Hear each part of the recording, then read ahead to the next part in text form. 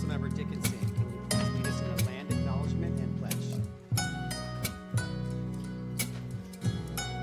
Please rise as you are able for the opening acknowledgement in honor of Sacramento's indigenous people and tribal lands. To the original people of this land, the Nisenan people, the Southern Maidu, Valley and Plains Miwok, the Patton Winton peoples, and the people of the Wilton Rancheria, Sacramento's only federally recognized tribe.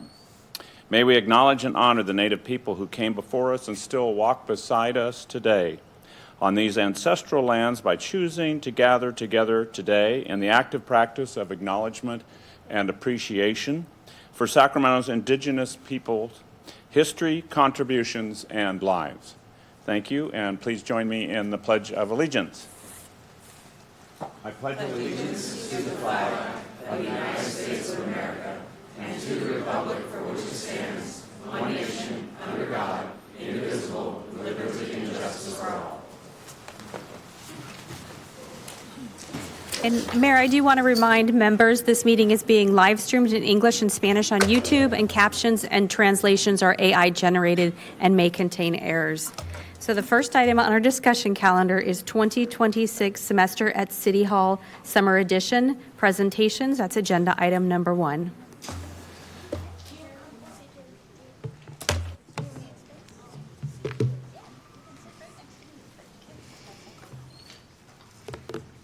Good evening, Mayor and Council. My name is Chris Wimberly, and I'm excited to be here tonight with you all with the third graduating class of the Semester at City Hall program. But to be more precise, the Semester at City Hall Summer Edition program. You may ask, what is Semester at City Hall Summer Edition? Well, this program offers rising sophomores, juniors, and seniors interested in local government structure and politics, seeking self-discovery of leadership, and connecting with peers that share similar interests citywide. The Semester at City Hall program is highly participatory and engages youth in curriculum topics including civic engagement, activism, voting, policy, youth voice, and so much more. This summer, we invited 80 young people to take the journey with us, and tonight we are here with 49 participants to present their Project City Hall projects. We want to thank you for providing the Semester at City Hall Summer Edition program participants and our staff with the opportunity to present at tonight's City Council meeting. We ask that any questions or comments be made at the conclusion of the last presentation. City staff will also be available to answer questions at that time. We appreciate the continued support of young people as leaders today, tomorrow, and beyond. Good evening, Mayor and Council. My name is Dominique Herndon, and I serve as a program coordinator in the Civic Engagement Unit. My name is Mauro Solis Rodriguez. I am a program coordinator with the Youth Workforce Development Division. This summer, we had the privilege of working alongside our peer mentors. They were alumni from the 2025 Summer at City Hall program who returned to serve as leaders and mentors for this year's youth. Today, we'd like to recognize and thank our peer mentors for their dedication from completing the leadership training to investing their time and energy in supporting our participants through the whole summer program. Now can we have the Sporty Oranges take the stage to begin their presentation? Start today, work tomorrow.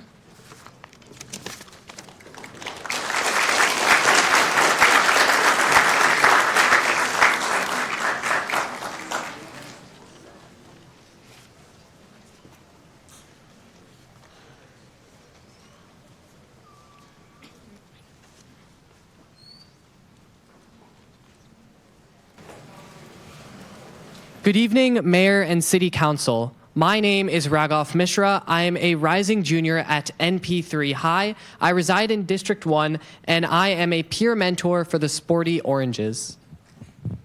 Good evening, Mayor and City Council. My name is Nafisa Mahmood. I'm a rising freshman at Sierra College, and I reside in District 1, and I'm a float peer mentor for the Sporty Oranges. Good evening, City Council. My name is Noor Khan. I am a rising junior at NP3, and I live in District 1. My name is Preetham Paul Singh Patti. I'm a rising junior at NP3 High and I reside in District 1. My name is Kenzie Rashid. I'm a rising junior at NP3 High and I reside in District 3. My name is Ariana Jaquez. I'm a rising sophomore at NP3 High and I reside in District 1. My name is Jasmine Liang. I am a rising sophomore at West Campus High School and I reside in District 7. My name is Jordan Kwan. I am a rising junior at Intercom High School and I reside in District 1. My name is Kamike Oti. I'm a rising junior at MP3 High and I reside in District 1. My name is Celeste Miranda Barragan. I'm a rising sophomore at Intercom High School and I reside in District 3. My name is Sujita Balmergan. I'm a rising junior at NP3 High School and I reside in District 1. My name is Niyati Tandel. I'm a rising senior at Intercom High School and I reside in District 1. And we are the Sporty Oranges.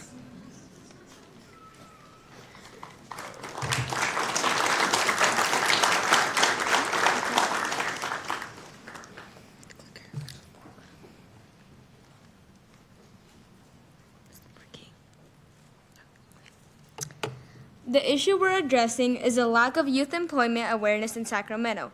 Teens want jobs, but most don't know where to start. Information about job opportunities and city programs is unclear or hard to find, which makes job searching confusing.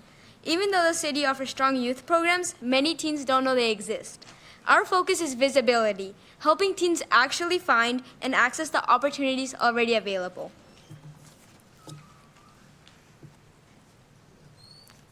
This is a problem because of the lack of awareness creating barriers.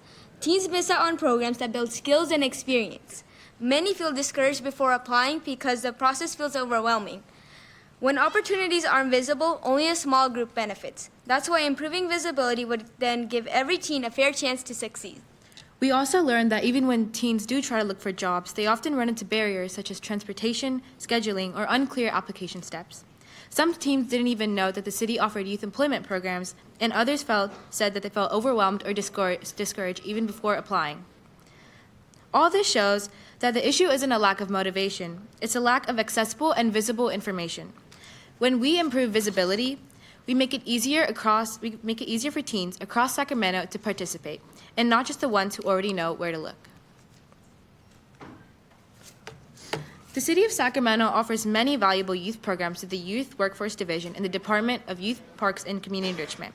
These programs, including Primetime Teen, Young Leaders of Tomorrow, Landscape and Learning, Junior Rec Aid, the North Natomas Workforce Development Program, and the WIOA Youth Program, all prepare and employ young people. They provide high-quality workforce training and valuable job experience. This leads us to our main problem. Many teens are unaware of these amazing programs given to them, and even when they are, these programs often fill up very quickly. And now we'll be passing it on to Celeste and Kamike, who will discuss the survey and data. A statistic by Be Healthy Sacramento shows that youth in our area are 1.9% less likely to be employed than that of the Californian average. This shows that action should be taken and that career counseling and guidance may be the solution. In our survey that we conducted, out of the 76 respondents, 78 found difficulty finding job opportunities, with 56 saying it's due to the lack of experience.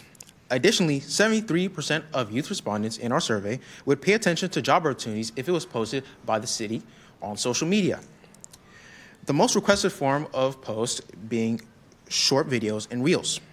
Finally, 88% of respondents have not attended the Youth Resource and Employment Fair within Sacramento, with 80% saying they would attend if it happened more than once a year. Now, I'll pass it on to Jordan, who will be introducing our video. The next slide that will be shown is a video we made about spreading awareness on youth unemployment. This video will walk through the challenges of the process of getting a job. Hey everyone, we're Sporty Oranges from Semester at City Hall. This summer we learned something big. Teens want jobs, and most of us don't know where to start. So we made this video to talk about what's really going on. Finding a job sounds easy until you actually try. Most of us don't even know where job opportunities are. A lot of jobs ask for experience, but teens don't experience unless someone hires them. Transportation, schedules, rules, all of it makes job searching harder. Honest, sometimes we feel discouraged before we even apply. Talk to teens at our school, and almost everyone has said that job searching has been confusing. Some don't even know there are youth programs in the city. Others tried applying, but they got overwhelmed. A lot of teens want to work, but they just don't know where to start. Even we don't know how to.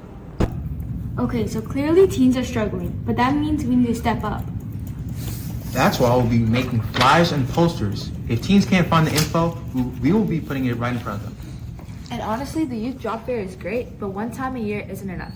Some of us have family, school, sports. Hosting it in the summer would help many more teens.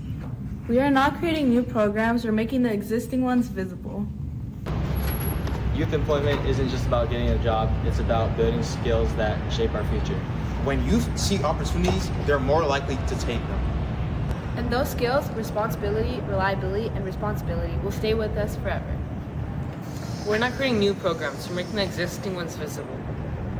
So what can you do to help? Support youth employment around Sacramento.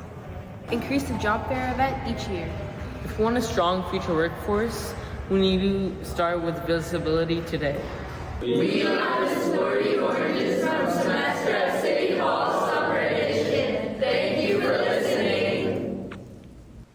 Now I'll be passing it to Jasmine, who will be talking about our solutions.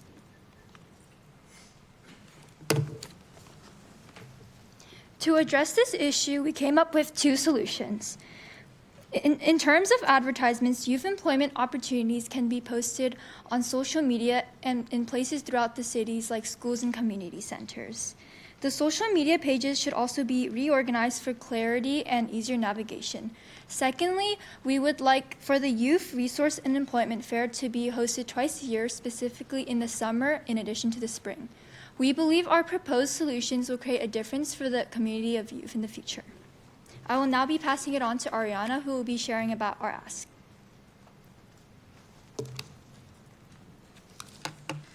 We asked for the implementation of cost-effective solutions, such as hosting another youth resource and employment fair during the summer. We want to make a change for our youth. So we ask for your help and your resources on this matter, and to make this opportunity more available for our youth. Now I'll be passing it to Suji and Jordan, who will be showing us our flyers and our logos.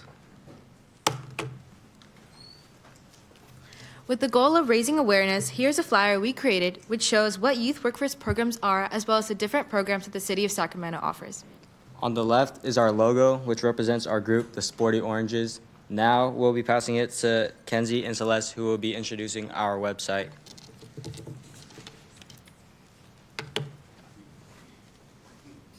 As shown, the mission of our website mockup is to provide our youth with simplified and easy-to-access information on youth employment and opportunities. Pages on our website include where to find local youth job opportunities, how to be interview ready, how to build a resume, frequently asked questions, and why youth employment is important. Our goal is to make our website easy for teens to navigate and work through. This can become a helpful resource for them. We will now be passing it off to Pritam, who's going to introduce our website.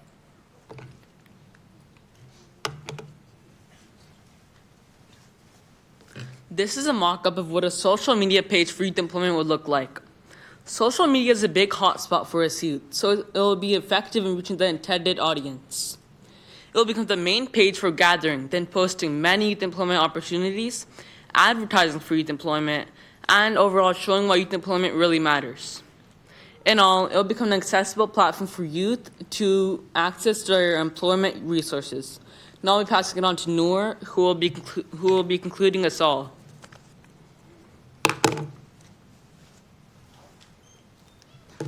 To wrap up, our research showed that the problem isn't opportunities for teens, but it's that many young people don't know these opportunities even exist in the first place. By improving awareness via better advertising, organizing information, and adding another youth job fair, we can help more teens gain work experience and prepare for the future. Small changes can make a big difference.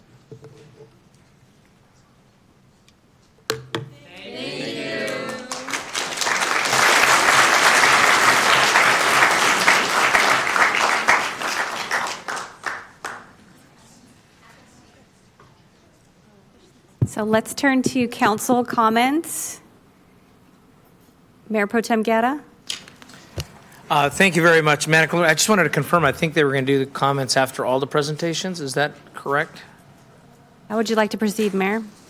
You want questions after each presentation? After each one, yes. Okay, very good. Then I'll go and first let's give them another big round of applause.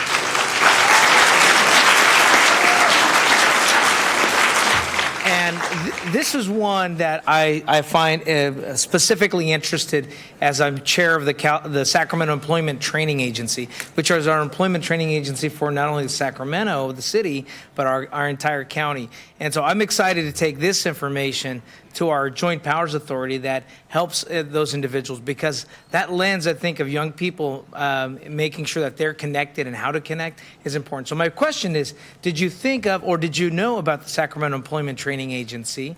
And if you didn't, then this is a good opportunity for us to link the work you're doing with the effort that they're doing right now to get more information about jobs, from resume workshops to everyone.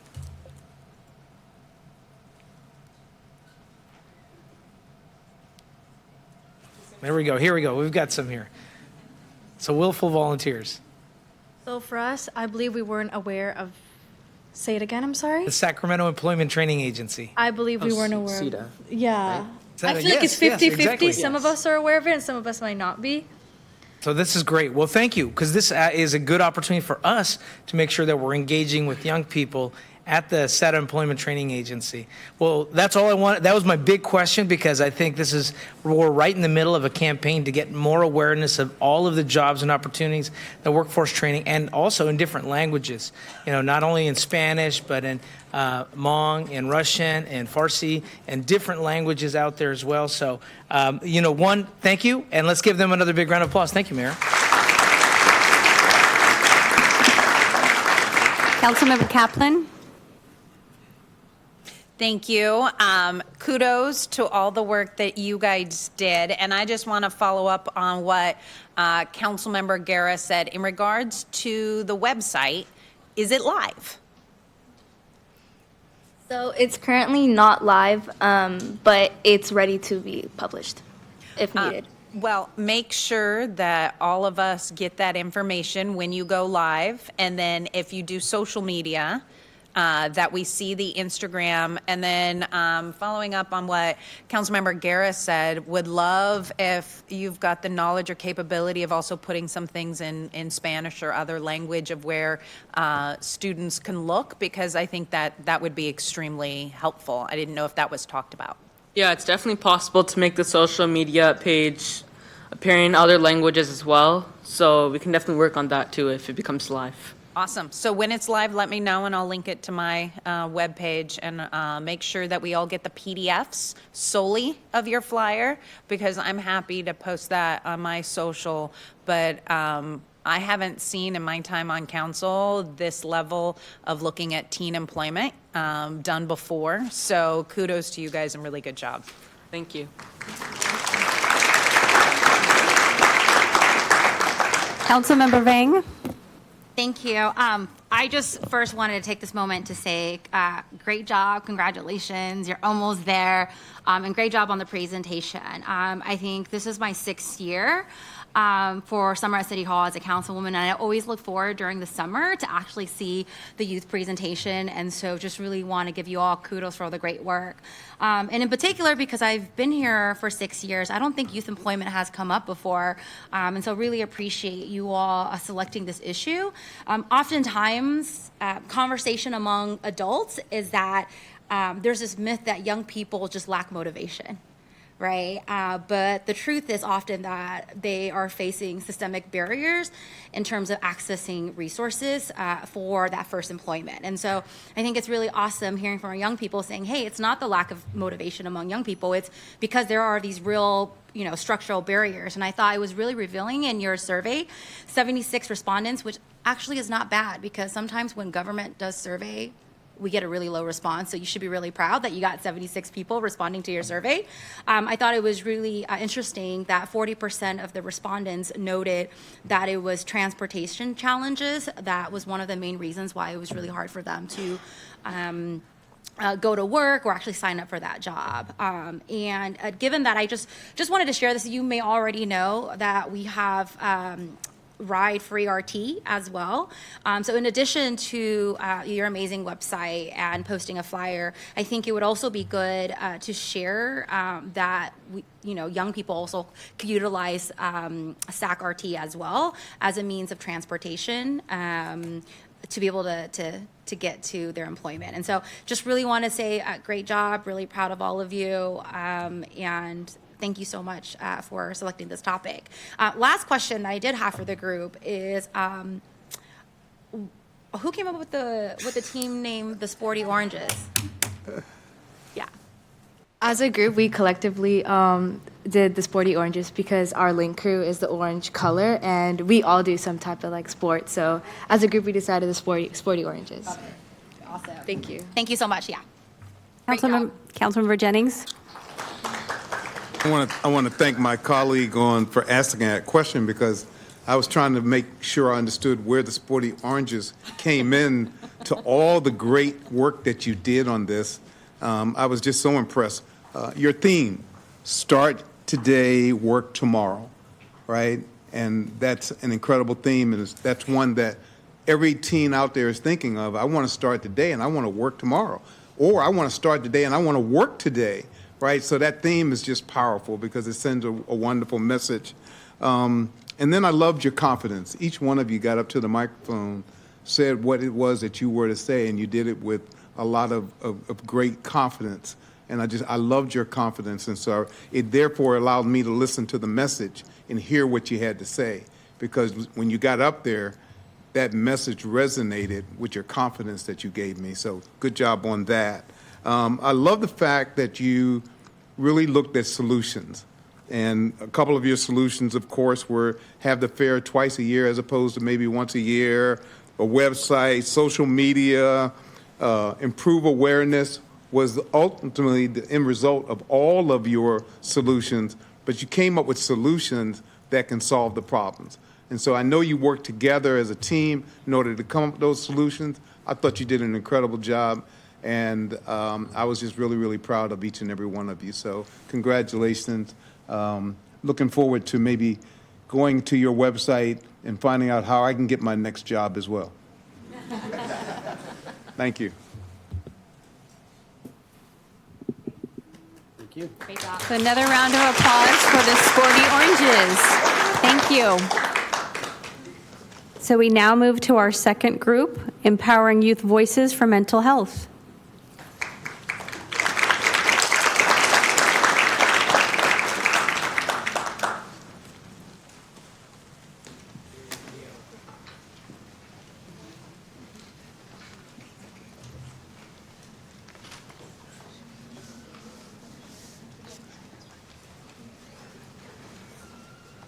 Good evening, Mayor and City Council. My name is Mahit Katyal. I'm a rising senior at Inderkum High School. I currently reside in District 1, and I'm a peer mentor for blues prevention. Good evening, Mayor and City Council. My name is Alyssa Calderon. I'm a rising senior at Leroy Green Academy, and I reside in District 3, and I am a peer mentor for blues prevention. My name's Kyle Land. I'm a rising junior at Thomas Charter High School, and I reside in District 1. My name is Vera Minhas. I'm a rising junior at Inderkum High School, and I reside in District 1. My name is Ella Boreen. I'm a rising junior at Hiram Johnson High School, and I reside in District 6. My name is Ava Ordonez. I'm a rising junior at McClatchy High School, and I reside in District 7. My name is Amina Mahmood, and I'm a rising sophomore at NP3 High School, and I reside in District 1. My name is Alina Camacho. I'm a rising sophomore at McClatchy High School, and I reside in District 6. My name is Carissa Rule. I'm a rising sophomore at McClatchy High School, and I reside in District 7. My name is Ruth Porche, and I'm a rising sophomore at John F. Kennedy High School, and I reside in District 7. Hi, my name is Sia Patel, and I'm a rising junior at MP3 High School. I reside in District 1. My name is Miranda Williams, and I'm a rising sophomore at Christian Brothers High School, and I reside in District 4.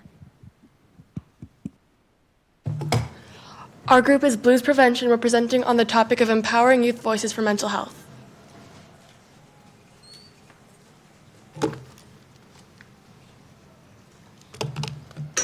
Here's our table of contents. We will first be going over the problem and the current measures in place to combat it. After that, we're going to look at the data and see what it reveals. Finally, we will talk about the solution and the resources we have to offer. Mental health can affect the way people think, feel, and make unhealthy choices. Depression and anxiety are among the most common conditions in mental health problems. Untreated mental health can increase the risk of depression, anxiety, abuse, substances, and self-harm.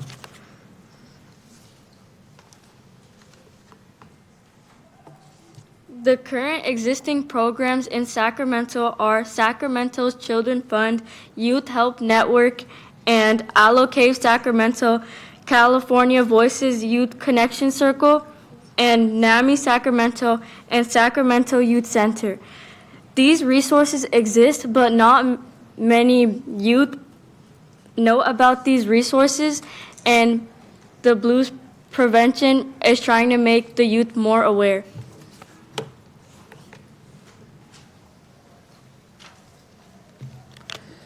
We created a survey to help us better understand youth mental health. It received 117 responses. With that data we collected, we found out that 41.9% of youth don't feel comfortable speaking to someone they trust about their mental health. We also found that 33.3% of youth would prefer to receive their information about mental health through social media, and another 29.9% would prefer to receive their information through their friends or peers.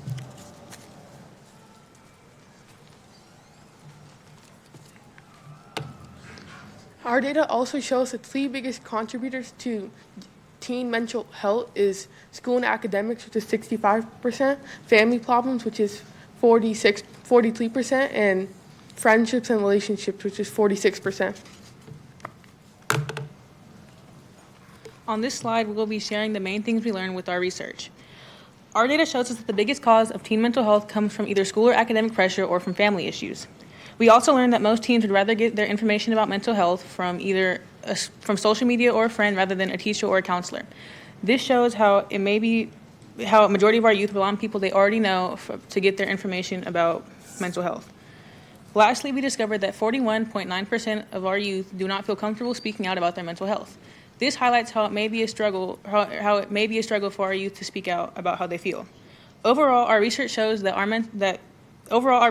mental health issues are a big problem than most people realize.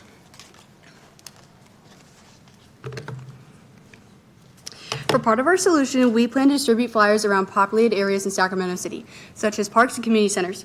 We also create an Instagram account to help spread awareness and positivity.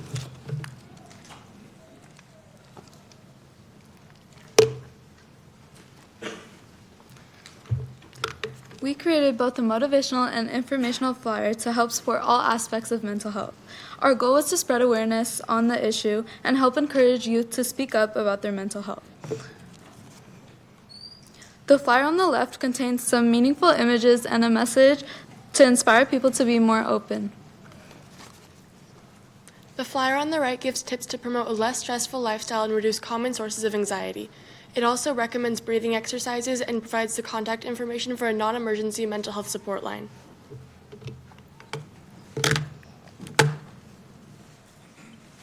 We've created our Instagram page with the intention to spread information and awareness on what mental health is and resources that are available to youth. We chose Instagram because we feel like it'll be a professional platform and it's very familiar among teens. The mock Instagram would help provide resources for teens to talk about their feelings and also give them opportunities to talk to other teens instead of adults.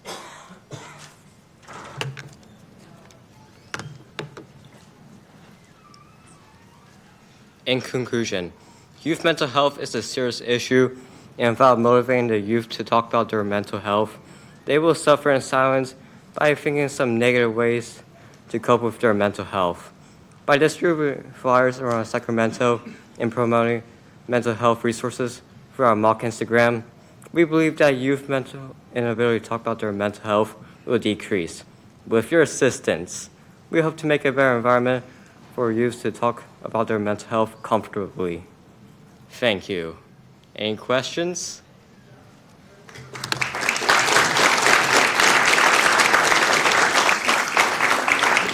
So thank you, Blues Prevention, Councilmember Kaplan. I want to say thank you. So my question is, I think for the first time, as social media is becoming more prevalent, the answer that teens would love or prefer to sometimes get their help through social media, how do you think that would work, or how could we do that the right way? What conversation happened around that?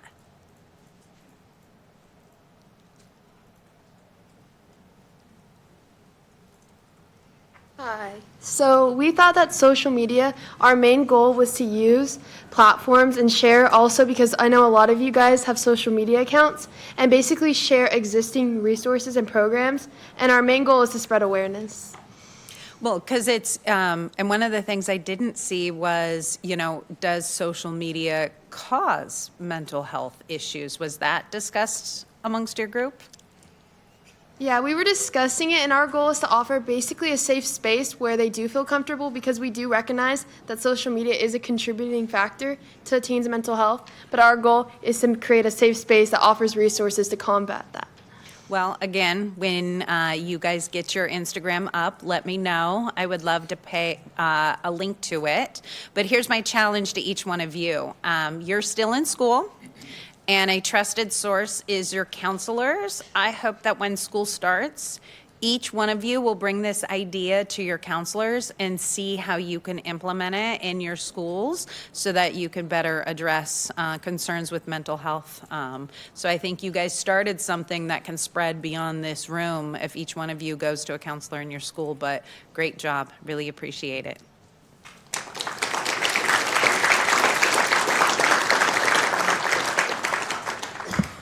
Thank you. Just wanted to also just say great job. And I also just want to say thank you for being very organized. When I see a presentation to have a table of contents, that's really great, because you're letting the audience know where you're going with your presentation. So great job to that. And yeah, I think this is a really, there's so many issues impacting our city. But we know that so many of our young people experience mental health stressors. I can't even imagine the magnitude when I was a young person, and even now in the midst of social media, there's so much responsibility for young people, not just school, but family, society, and a lot of it can feel really, really heavy. And so really appreciate you all highlighting this as one of the major issues impacting our young people, because we know mental health challenges lead to poor health outcomes. And I just want to say great job on the flyers and talking about mental health, because I think the first step is normalizing safe spaces to talk about mental health. Encouraging healthy conversation at home, in schools, and our communities is how we can destigmatize mental health among young people. And so just really wanted to say good job. I think one question I had, which is very similar to Councilwoman Kaplan as well, is, and maybe you've already thought about this, is also there are so many content creators out there as well that has a lot of followers, and trying to figure out who are the content creators out there that has lots of youth followers that could also utilize their platform and their influence to spread the information. So if there's a content creator in Sacramento that reaches out to a lot of young people, it might also be good to have them share your information as well, because we know a lot of young folks, as you all know, because young people tell me that they're all on social media. And so I think utilizing content creators might be something I think would be really powerful for the group just moving forward for all of the topics, because that's where a lot of the information is shared as well. But just great job. And yeah, you should all be really, really proud. So great job. Councilmember Maple. All right, thank you, Madam Clerk. Excellent job.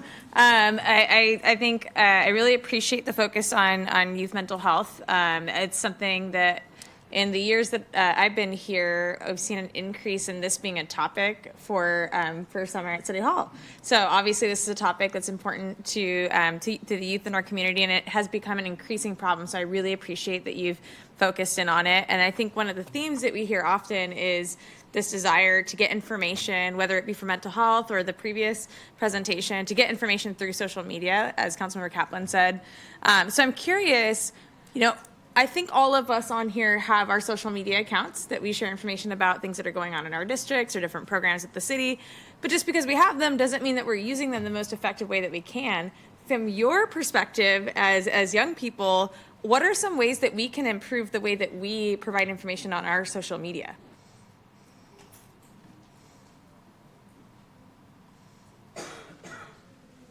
Okay, thank you. Way to step up. For stepping up. Hi. I know all you guys have social media accounts, and I did check a few while I was doing this project. So I think one of the most effective way is like modernizing the way that the media is going out. So I would say a lot of youth, especially in our group, are going on Reels. And if we're not using TikTok, just shorter and quicker ways to get the message out. And I know attention spans can be fast, especially on social media. So just making sure that the information is clear. And I think another thing is a big language barrier. So making sure it's accessible to everybody. Okay. Thank you. Excellent job. So I think that concludes the questions. Blues prevention. Another round of applause.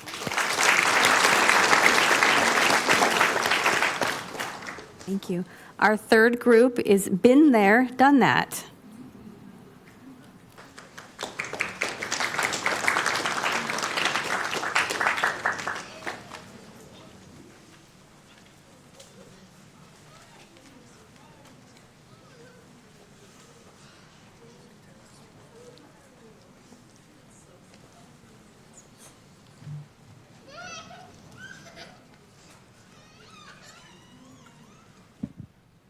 Good evening, Mayor and City Council. My name is Amroz Gill. I'm a rising senior at Intercom High School, and I reside in District 3. My name is Kat Nguyen. I am a rising junior at the School of Engineering and Sciences, and I currently reside in District 7. And we are the peer mentors for Project Noir. My name is Karunya Lakiti. I'm a rising junior at NP3 High School, and I live in District 3. My name is Henry Riphagen. I'm a rising sophomore at Natomas Charter High School, and I reside in District 3. My name is Rohan Rakar. I'm a rising junior at NP3 High School, and I currently reside in District 1. My name is Mohammed Badis Chateau, and I'm a rising junior at Intercom High School, and I reside in District 1. My name is Atamrat Korash. I'm rising junior in Rosemont High School. I live in District 6. My name is Shreya Banerjee. I'm a rising sophomore at Intercom High School, and I reside in District 1. My name is Miriam Shahid. I'm a rising sophomore at NP3 High School, and I currently reside in District 1. My name is Teja Shiranga. I'm a rising sophomore in NP3 High School, currently residing in District 3. My name is Amy Liang. I'm a rising junior at the School of Engineering and Sciences, and I reside in District 8. My name is Olivia Rubiano, and I'm a rising sophomore at NP3 High School. I currently reside in District 1. Our presentation name is Been There, Do That, and our topic is the littering crisis in Sacramento. These pictures are taken by us, members of Project Noir across Sacramento from Districts 1, 3, 7, and 8. Sacramento collects about 250,000 tons of waste every single year. The city's waste management department serves over 133,000 households, showing how much waste our community collects. One piece of litter dropped on a Sacramento street can eventually end up in American or Sacramento River, harming the wildlife and polluting the water our community depends on. Litter is visible across all 8 council districts. Surprisingly, Sacramento processes over 1.4 million tons of trash every year. Even with that much capacity, thousands of tons of litter still ends up in our parks and our streets. It's gotten bad enough that CBS News ranks Sacramento the second dirtiest city in America. And locally, the city received over 34,000 sanitation complaints in 2023 alone. This hurts Sacramento's reputation, and it's our youth who feel it firsthand because we see it in our communities. And that's why we want to be the ones to advocate for change.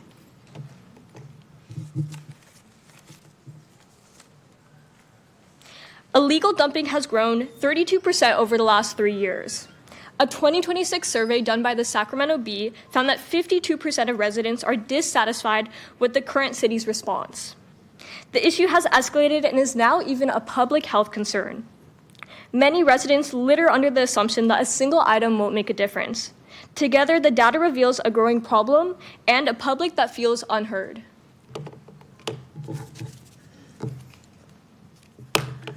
We created a survey to gather Sacramento residents' perspectives on the rising problem of littering. We gathered 127 responses, 77% of responses being Sacramento youth. We also gathered responses from all 8 districts, with a majority being from Districts 1 and Districts 3. Essentially, we gathered a wide audience of people from different age groups, financial backgrounds, and districts. After collecting the demographics of our respondents, we then asked them, on a scale of 1 through 10, how often do you see littering in Sacramento? 1 means that they don't see littering at all, and 10 means that they see littering very often. And 77% of the respondents said that they see littering at a 6 out of 10 or above on the scale. The next question we asked them was, what are the most common items you see littered in Sacramento? And the 3 most common items were plastics, cigarettes, and aluminum cans. Next, we asked them, where do you see this litter happening? And the 3 most common places were roads, parks, and surprisingly, downtown Sacramento. Next, we asked participants, how often do you litter? Using the scale 1 to 10, 1 being never and 10 being very often. And almost 50% of the participants claim that they do litter on their daily basis. So, to add on, we asked them what are the biggest reasons for them to litter. And the 2 biggest reasons were that they were lazy at the time, or more importantly, they couldn't locate a trash can near them to dispose their waste.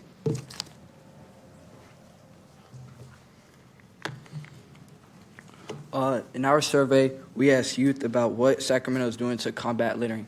1 knows nothing, 10 is very knowledgeable, 59% of respondents picked a 2 or lower, meaning they don't know what Sacramento is doing about littering.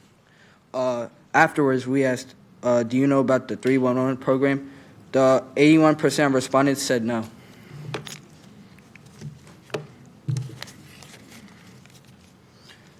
Lastly, our last question was a free response about Sacramento's solution to littering. We asked, how do you feel about Sacramento's response to littering? Almost everyone said they don't know what Sacramento is doing about littering. We need to work harder to prevent our city from littering.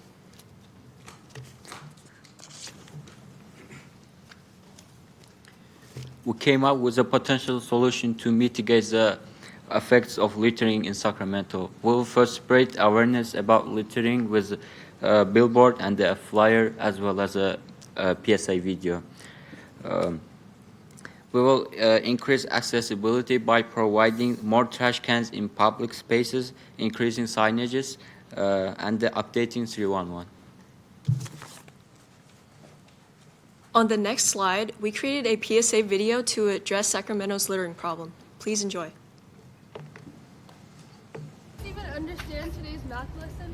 I stopped paying attention after the first 10 minutes. Same, I'm just hoping tomorrow gets canceled somehow. It's just one wrapper. Yeah, it's gonna notice. Everyone does.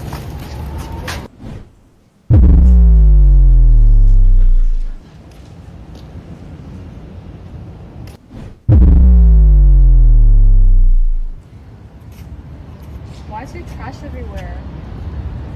Because people forget to pick up after themselves.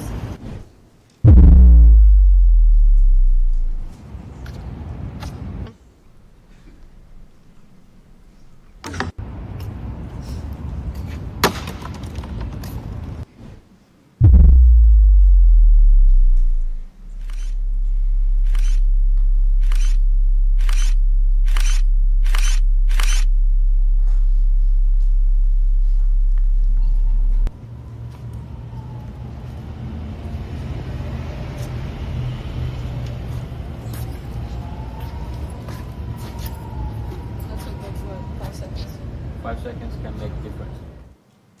No place is covered in litter overnight. Every clean community and every polluted one begins with one choice. Choose to keep Sacramento clean.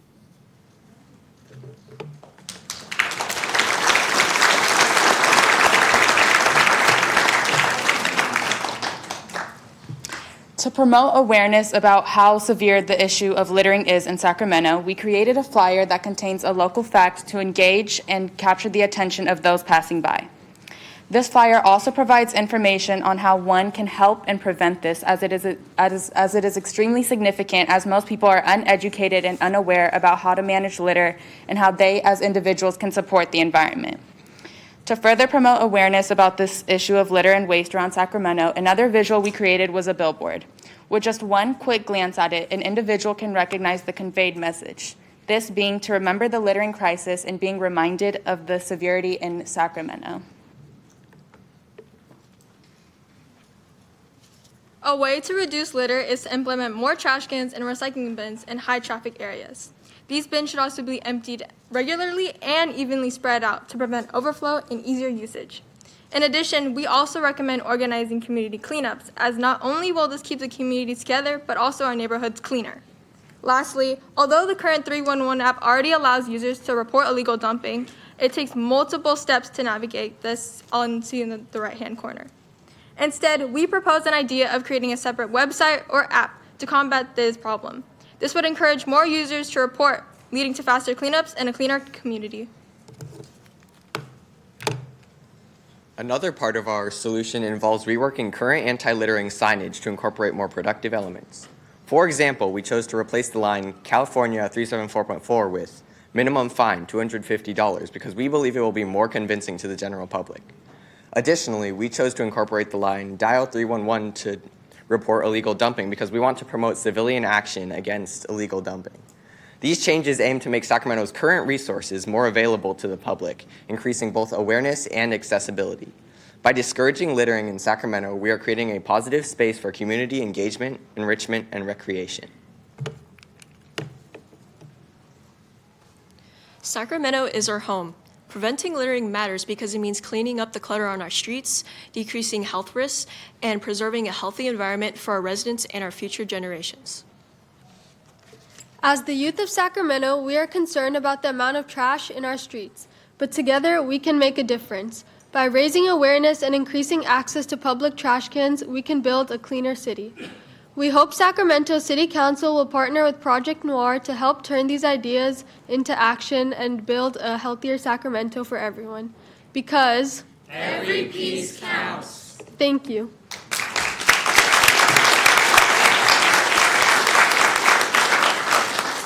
That was such an impressive video. Just incredible acting, graphics, the sound. You were all magicians at that video. So I think city manager, I think we should hand it over to 311 and our Solid Works, Public Works Department to see if they can share, because that was good. So congratulations and really good work on a great topic. That's important to keeping Sacramento clean and keeping our waterways clean. Like you said, it goes somewhere and we can all make a big difference. So first we have Councilmember Kaplan. Thank you, Vice Mayor.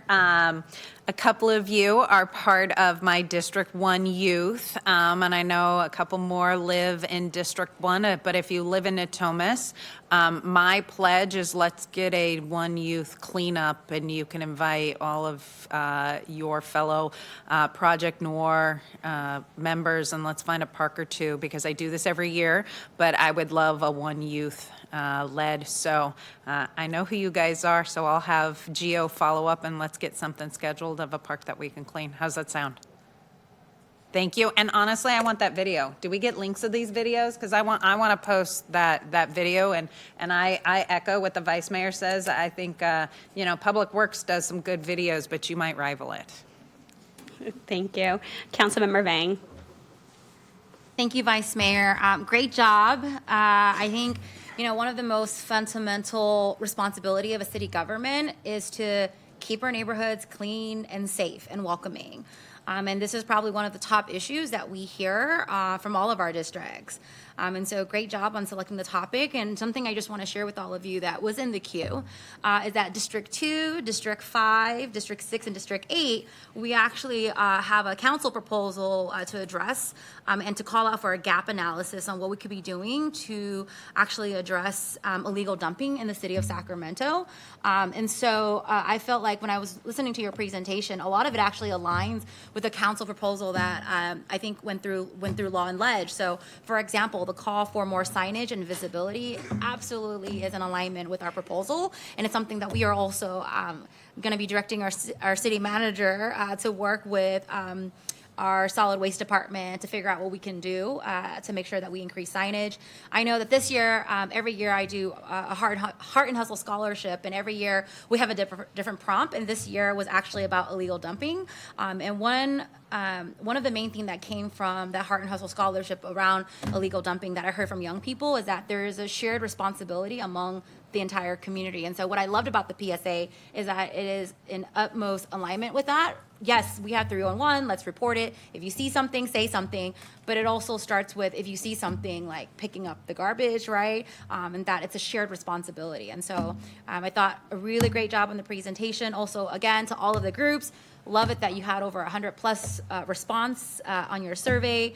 And I think what was surprising but not surprising, was that in your survey, I think it was 80% of people didn't know what the 311 app was, which means that as a city entity, we have to do a better job at sharing the information about 311 and the app, and appreciate the feedback on that. The app is a little complicated. There's like several steps until you actually report it, which is true. I probably just haven't memorized because I'm that councilwoman that walks the dog, but when I see illegal dumping, I take a photo of it and I report it.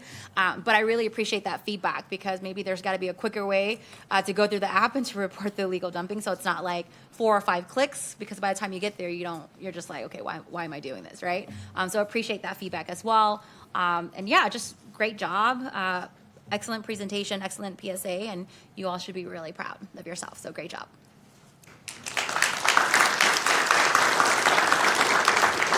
And then Councilmember Dickinson. Thanks, Vice Mayor. Well, all the presentations have been terrific, but this one I was especially interested in when I saw what you all were focusing on, and a little bit because of what Councilmember Vang mentioned, that 3 of us, including the District 2, have initiated an effort to focus more of what we're doing on addressing illegal dumping in the city. And as I think, as you have aptly pointed out, one piece of litter doesn't stay singular, does it? It grows unless it's addressed. But I think we can take a good bit of the work you've done and incorporate that into the message we're trying to communicate to the residents of the city, because actually this really starts with all of us. It starts, like so many things, it starts with prevention, with not taking the first step, with not littering in the first place, with being with a friend who's going to drop that plastic water bottle or that wrapper from the burger on the street and say, don't do that. There's a garbage can right over there. Save it for that. You know, I'm struck by the fact that in many ways, recycling, what we do in recycling today, began because of young people saying to their elders, their parents and other adults, hey, don't throw that away when you can recycle it. That was really a movement in many ways driven by young, educating older people about what they can and should be doing. I think this is so ripe for the same kind of approach. If you all and your contemporaries are saying to each other and to older people, don't throw that stuff over there, put it in the can, then we can I think make this a much cleaner city and a much better world. So thank you very much for all you've done and brought to us tonight. One more round of applause for the group. Good job. Thank you. Thank you, Project Noir. And our final presentation is Sacramento Youth for Change.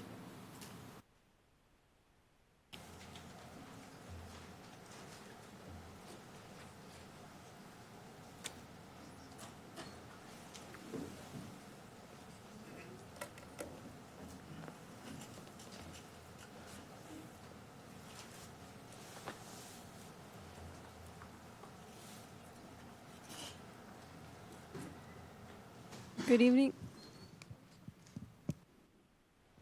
Good evening, City Council. My name is Jasmeet Garjima, and I am a rising junior at Natomas Pacific Pathways Prep High School, and I currently reside in District 1, and I'm the peer mentor for the Cardinals.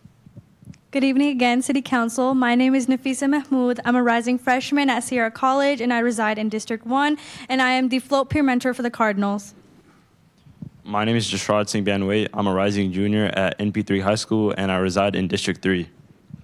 My name is Malik Ali. I'm a rising sophomore at Indercom High School, and I currently reside in District 3. My name is Aaron Muther. I'm a rising senior at West Campus High School, and I currently reside in District 6. My name is Jermaine Lester. I am a rising sophomore, and I attend John F. Kennedy High School, and I currently reside in District 8. My name is Ahad Ali. I'm a rising junior at MP3 High School, and I reside in District 1. My name is Amari Hawarne. I'm a rising sophomore at NP3 High School, and I reside in District 3. My name is Arn Ganagari. I'm a rising sophomore at Miraloma High School, and I reside in District 1. My name is Nuria Mohammed. I am a rising junior at MP3 High School, and I reside in District 3. My name is Jimena Viles. I am a rising senior at Indercom High School, and I currently reside in District 1. My name is Genesis Valencia. I am a rising sophomore at Grant Union High School, and I currently reside in District 2. My name is Mahi Modi. I'm a rising sophomore at MP3 High School, and I reside in District 1. My name is Harney Claire. I'm currently a rising senior at Granite Bay High School, and I currently reside in District 1. Hello, Mayor and City Council. Our group, the Cardinals, has spent a month researching and compiling info on the issue of youth violence and its link to poor mental health. Today, it culminates in this presentation where we will share what we found and what we propose to cut the problem at its root. Throughout this presentation, you'll learn about SAC Youth for Change, our project dedicated to spreading awareness for the programs funded by Measure L, as well as bringing back the Youth Voice Survey. To start off our presentation, we will describe the problem in further detail and speak on what our suggested solution is. As we move further in, we will discuss awareness on the things that have already been put in place, present statistics obtained from our own survey, and finally show our PSA video and promotional material. Now I'll pass it on to Jermaine.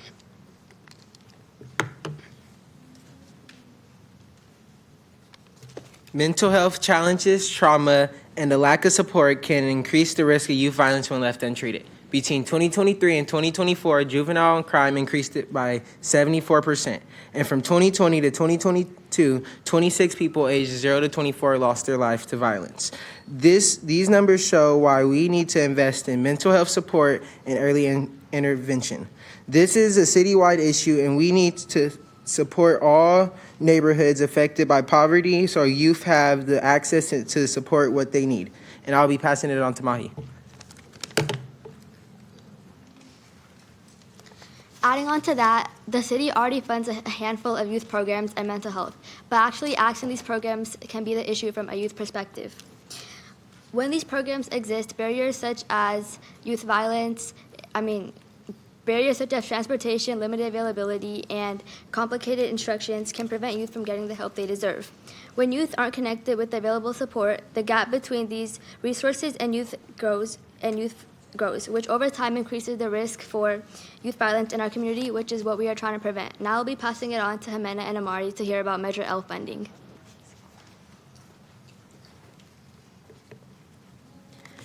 Currently, Measure L are only funding 3 programs that are for youth violence and 12 programs for mental health.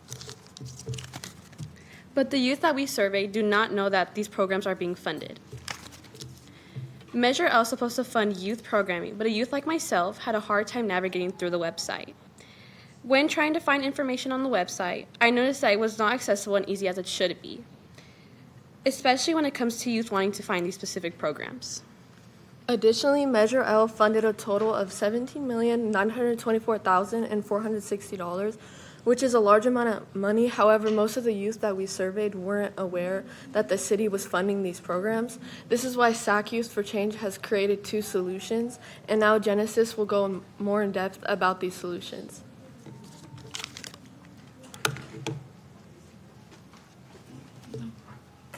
Our team identified 2 key solutions to help address youth violence in Sacramento. First, we recommend increasing awareness of youth violence prevention programs funded by Measure L and updating the Measure L website with current information about available programs and resources. Our second solution is to reopen the Sacramento Youth Commission Youth Voice Survey and have staff from the Mayor's Office review the responses on a quarterly basis. Now I'll hand it over to Just Raj to explain the benefits of these solutions.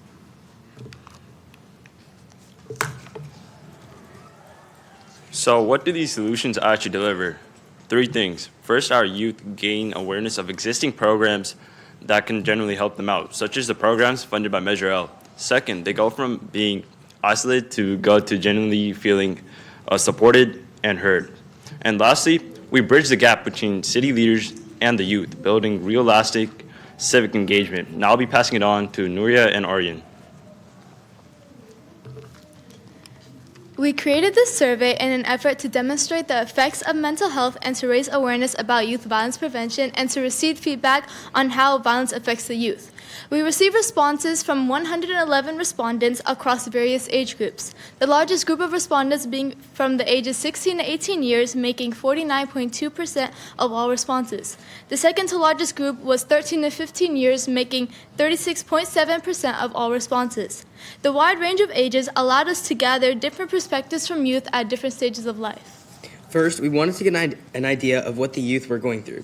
We gathered that over half of our audience said that they presented with symptoms that included feeling stressed, being irritable, withdrawing from friends, and more. The survey results show that youth violence is a concern in our community, with 54.1% of respondents saying that they have heard of or experienced violence in the last 6 months. Additionally, 95.5% rated mental health as the biggest contributor to youth violence. These results highlight the connection between youth violence and mental health, building the stronger need for prevention efforts. Through these results and question 5, we can see that the youth feel that mental health awareness is important, but unfortunately, almost no one knows about the available resources. As highlighted in question 6, over 96% of the respondents didn't know about the programs funded by Measure L. Now, I'll be passing it on to Ahad to talk about our PSA video. On the next slide, we have our PSA video that shows how spreading awareness on youth violence prevention programs and connecting with city leaders can help people experiencing violence. Yeah, I can't believe they don't like each other. They used to be such good friends. I know, right? I heard it's because Ahad is from Lies Out Journey, saying that he has no money. That's why he's getting aggressive with everyone and his parents. Wow. Look. Yo, why are you wearing the same clothes 4 days in a row? Why are you being rude, bro? Because no one wears the same clothes 4 days in a row. Why are you, like, I didn't even see you, bro. Stop punching me, move, bro. Mark, like. Hey guys, break it up. Principal's office now. Alright, man. This is the 5th time in a row. When will you guys ever stop? He started with me, bro. Stop talking. Bad, you guys are suspended for a whole week. Get out. Get out of my office. Bro, you're the reason you got suspended, bro. Again? I'm telling you guys, this isn't the way. I agree. You guys should try what helped us. We used to hate each other, but now we became the best of friends. And what helped you guys? It was the programs for youth violence that Measure L funds. I found out about it from SAC Youth for Change. You should check that out. That's not all, but you could address any issues that you have to the City Council as well. If you go to the Youth Voice Survey on the City of Sacramento website, then you could voice your concerns to the City Council. Alright, thank you. I was gonna help him, thank you. Still got suspended. Maybe I should check out a youth violence prevention program. Now that I signed up for youth violence prevention program, I should probably ask City Council to have free community clothes closets around the city. Thank you for change.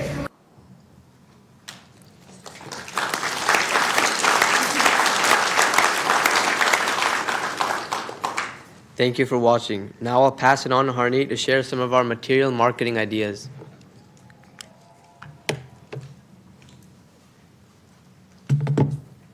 To further advertise the PSA video and our initiative, we have created proposed versions of the flyer, stickers, buttons, and logo. Marketing materials connect to the main objective of spreading awareness of Measure L and different programs that are not well known and therefore are less accessible. The flyer is a main point of advertisement that adds QR code links to the website of Measure L to look specifically at the divided funding in Sacramento County.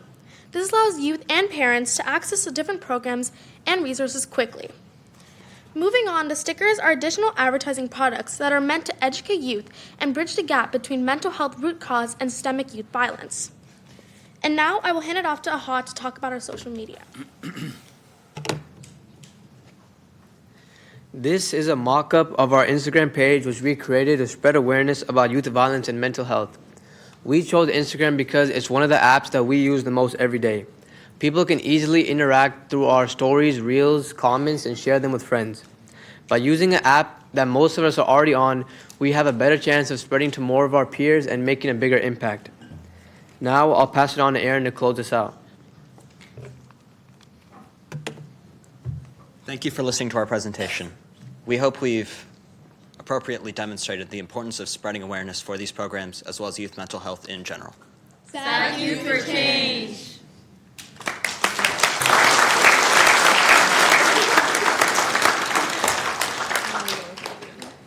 Great job, Cardinals. Do we have council member comments? Looks like Councilmember Vang. Thank you. I just wanted to thank the last group. Great job on the presentation. Something I often share, and I love your group title, Sacramento Youth for Change, is that young people will have to inherit a world that they didn't create, right? And oftentimes, it is up to young folks to really shape the future. And really appreciate you all centering this topic in particular, because we do know that youth violence have actually uptick in our city. And I also appreciate you all centering Measure L. And I've been taking notes as well that Measure L funding is set aside for young people impacted by poverty, violence, and trauma. But the program can only be successful if we're making sure that young people who are impacted by poverty, violence, and trauma can actually access those services, right? And really appreciate you all sharing that. And I was just looking on the website, just Google City of Sacramento Youth Programming, and saw under Measure L that the page is really meant for nonprofits to apply for funding for Measure L, but we should also be more intentional about maybe listing nonprofits funded by Measure L for young people to access those resources too. And so really appreciate you highlighting that, and I think that's a direction I'm going to be providing the city managers to follow up with their YPC department on that. The other piece I haven't seen yet, it's probably because we're in year 1 or year 2 in implementation of Measure L. We did this for Measure U, but we haven't done this for Measure L, and so I'm just going to look at the city manager. I know that there are youth programming by the City of Sacramento that's funded by Measure L, and then there are also nonprofits that gets dollar for Measure L and do programming as well. I think it'd be important to make sure, just like I remember a few years ago when there were services at the Pinnell Center, it would say funded by Measure U. I think we need to make sure that dollars that are funded by Measure L is notated. So just wanted to flag that. I think as I was listening to the youth presentation, I think that's really important because those are taxpayer dollars. Voters voted for it, and we want to make sure that the public knows how the dollars are being spent. So even something more visible, like I saw the stamp that you all had of making sure that we label programs in terms of they're being funded by Measure L is really important. That just came up right now, and I was like, we should do that in the city of Sacramento. When there's a nonprofit funded by Measure L, they should put that on their flyers when they're advertising to our young people. When we're pushing out programming in the city of Sacramento funded by Measure L, we should notate that in our flyers. And so I just want to say thank you for sharing that, because I'm going to be looking at the city manager to make sure that that happens. And then lastly, I just want to say thank you for picking this topic. It's a topic that's really heavy, and we know that summer is still in session, and when our young people don't have access to resources and opportunities, they may turn to other alternatives. And so I think this topic is really important, and just really want to say great job. Really proud of this group. And I know that this is the last group, but my last comment is I also want to take a moment to thank the peer mentors as well, because I know that you were all part of Summer at City Hall, and you came back to work with your peers. So thank you so much for coming back. And also to Chris and the entire staff at YPC for their incredible work. I know there's a lot of heart and hustle that happens behind the scene to keep this program going. And so really just want to take this moment to center city staff as well. I know usually also we have educators, teachers that's part of Summer at City Hall. So want to thank the educators as well. But great job overall, and want to thank city staff and the team for all their hard work to make this program possible. So great job.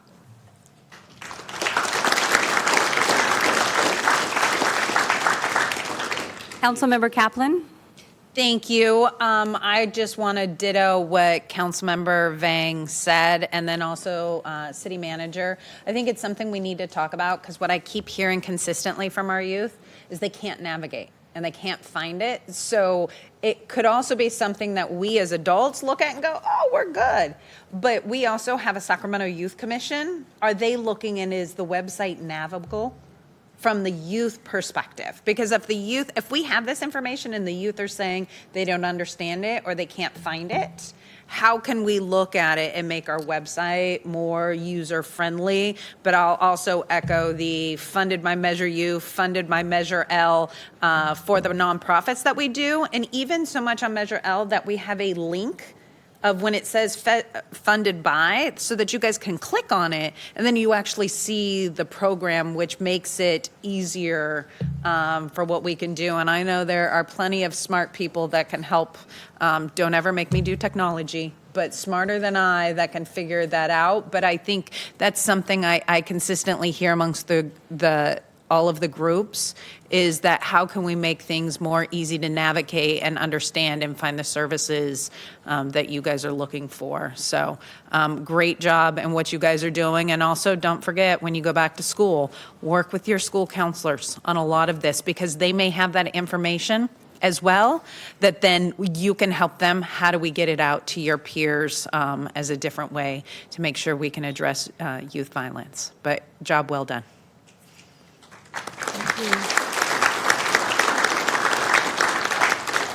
Thank you. How about a final round of applause for the Cardinals?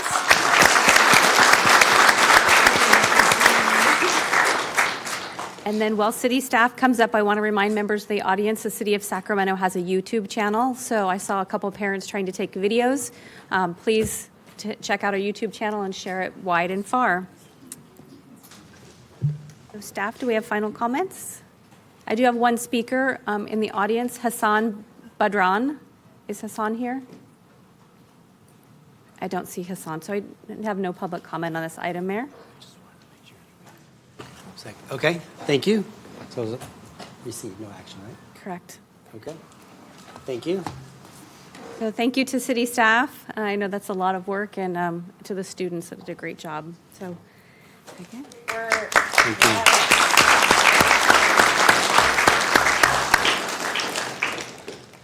Mayor and council, would we be able to take a photo with all of you along with our participants? Would that be okay? Yes, thank you. Everybody in the front right here? Okay. Yes. Thank you. Please do. Thank you.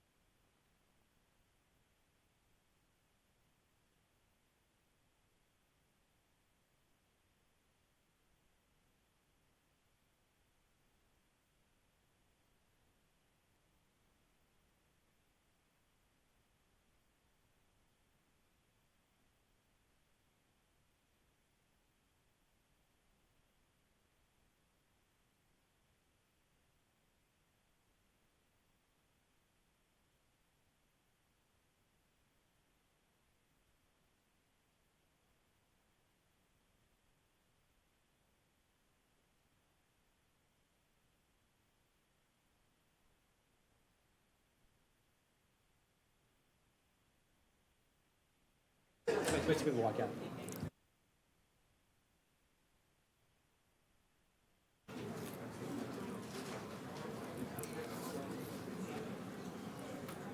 So, Mayor, we now move on to the second item on our agenda. I want to remind members of the audience, if you wish to speak or submit comments, please fill out the online form. There's a QR code at the back of the room and handouts in the front. Members of the City Clerk's office are also available in the lobby to assist. You'll have 2 minutes to address the council, may speak on up to 4 items, and the timer is displayed on the screen behind me. This meeting is being live streamed in English and Spanish on YouTube. Captions or translations are AI generated and may contain errors.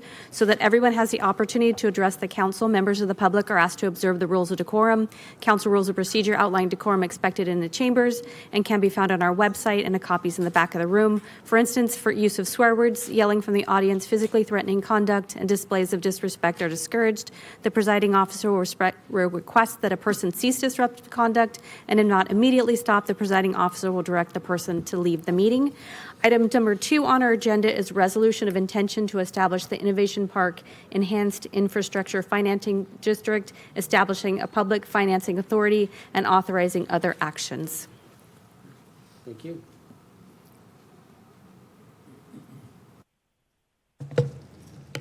Hello, Mayor and members of the council. Well, I will say I don't think I've ever had a harder act to follow than all of those youth and all their great ideas. So hopefully the presentation will be enlightening and will also present some good ideas for our future. I'm Leslie Fritchie with the Office of Innovation and Economic Development. I'm here to present to you an opportunity to fill a hole in the Natomas community by presenting a resolution of intention to form an enhanced infrastructure financing district for the Sleep Train Arena site. This is just the first step in the process.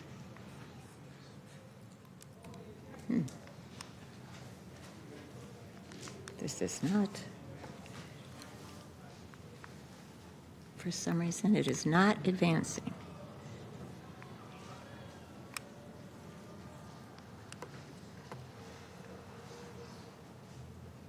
IT, do we have an additional clicker? That's okay. I can do it from the...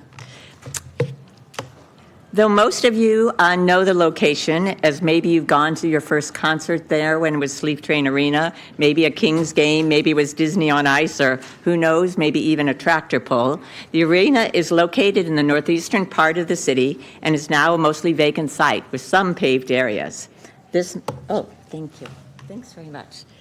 The map here shows the proposed EIFD area, with the hatched area being a school district-owned site.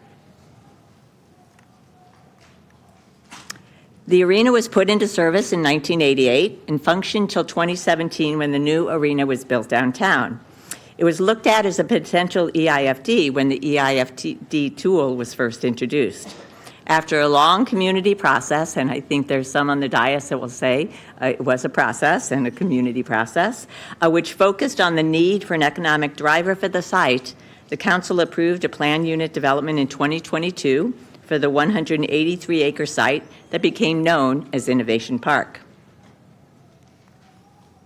The then landowners, SBH Natomas LLC, a subsidiary of the Kings, proposed a vibrant mixed-use project that was divided into 3 districts. A life district was primarily residential, a innovation district that combined both residential and commercial mixed use, kind of shown in that orange color, and then the blue, which was a health district, which was focused on a hospital and a medical campus.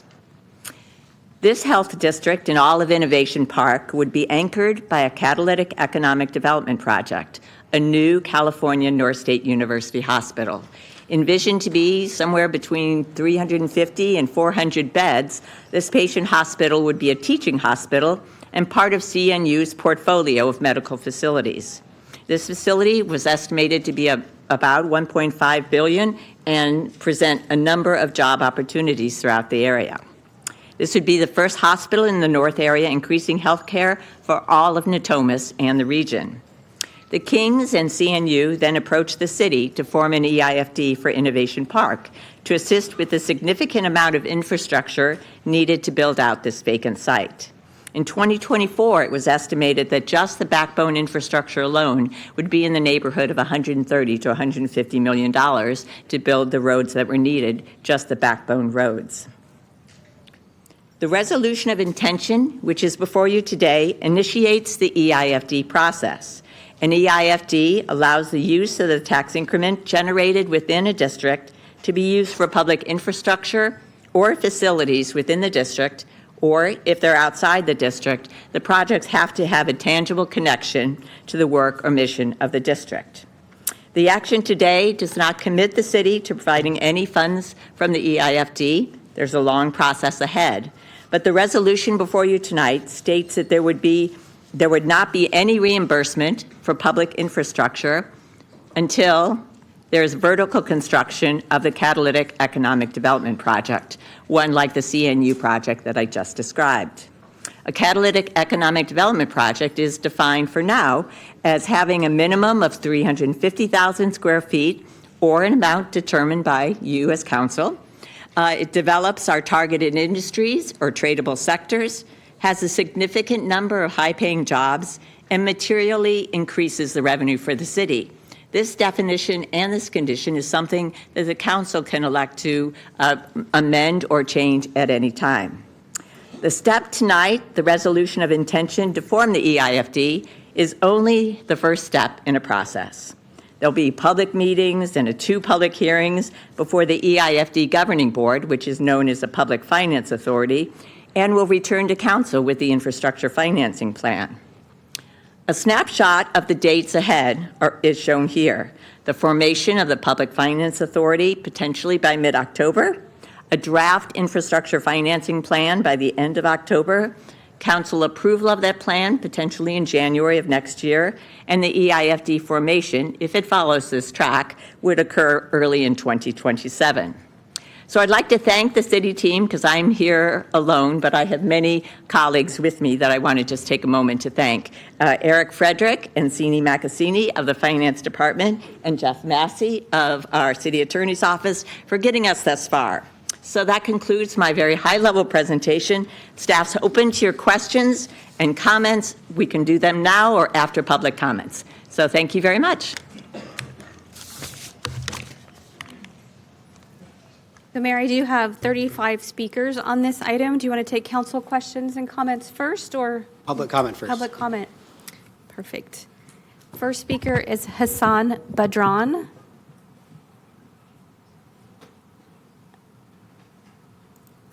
I don't see Hassan. Jeff Dorso, then Kevin Fiera, then Doyle Radford. Is Jeff here?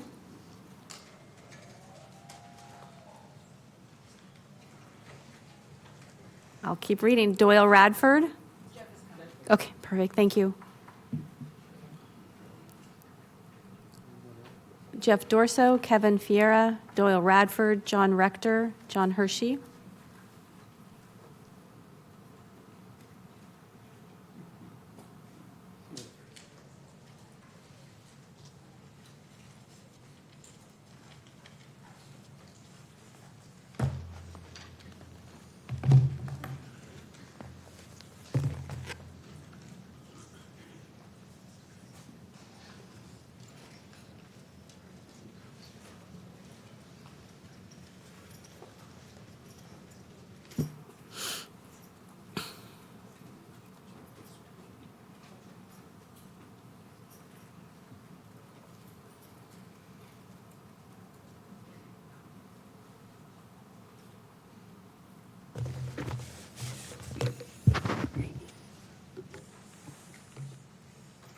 Please proceed.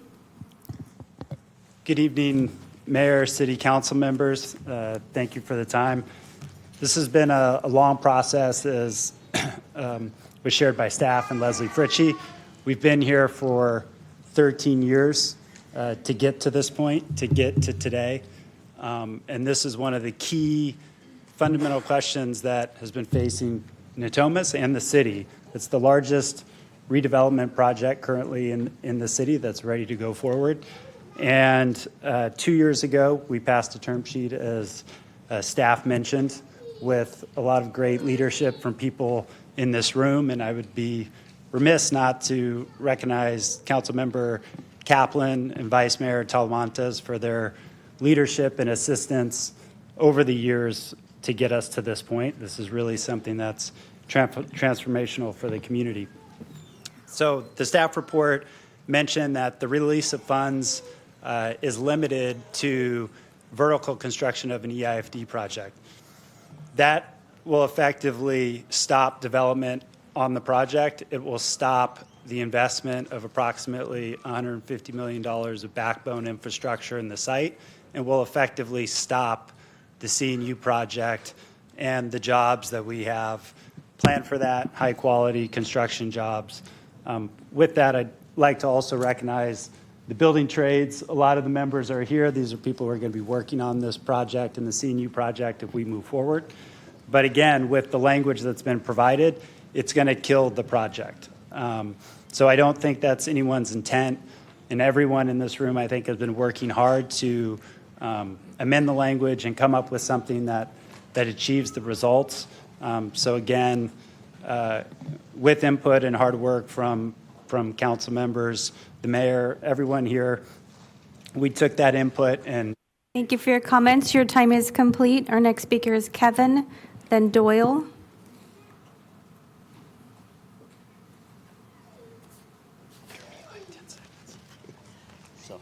Kevin Ferrer, Executive Director of the Sacramento Sierra Building and Construction Trades Council.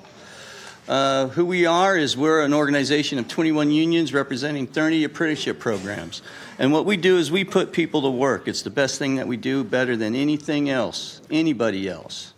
We are here to support the IFD as proposed by the Sacramento Kings that highlights CNU as the catalyst project that will jumpstart the Innovation Park development. We believe that the CNU Hospital is the only project that will be the jump starter for Innovation Park.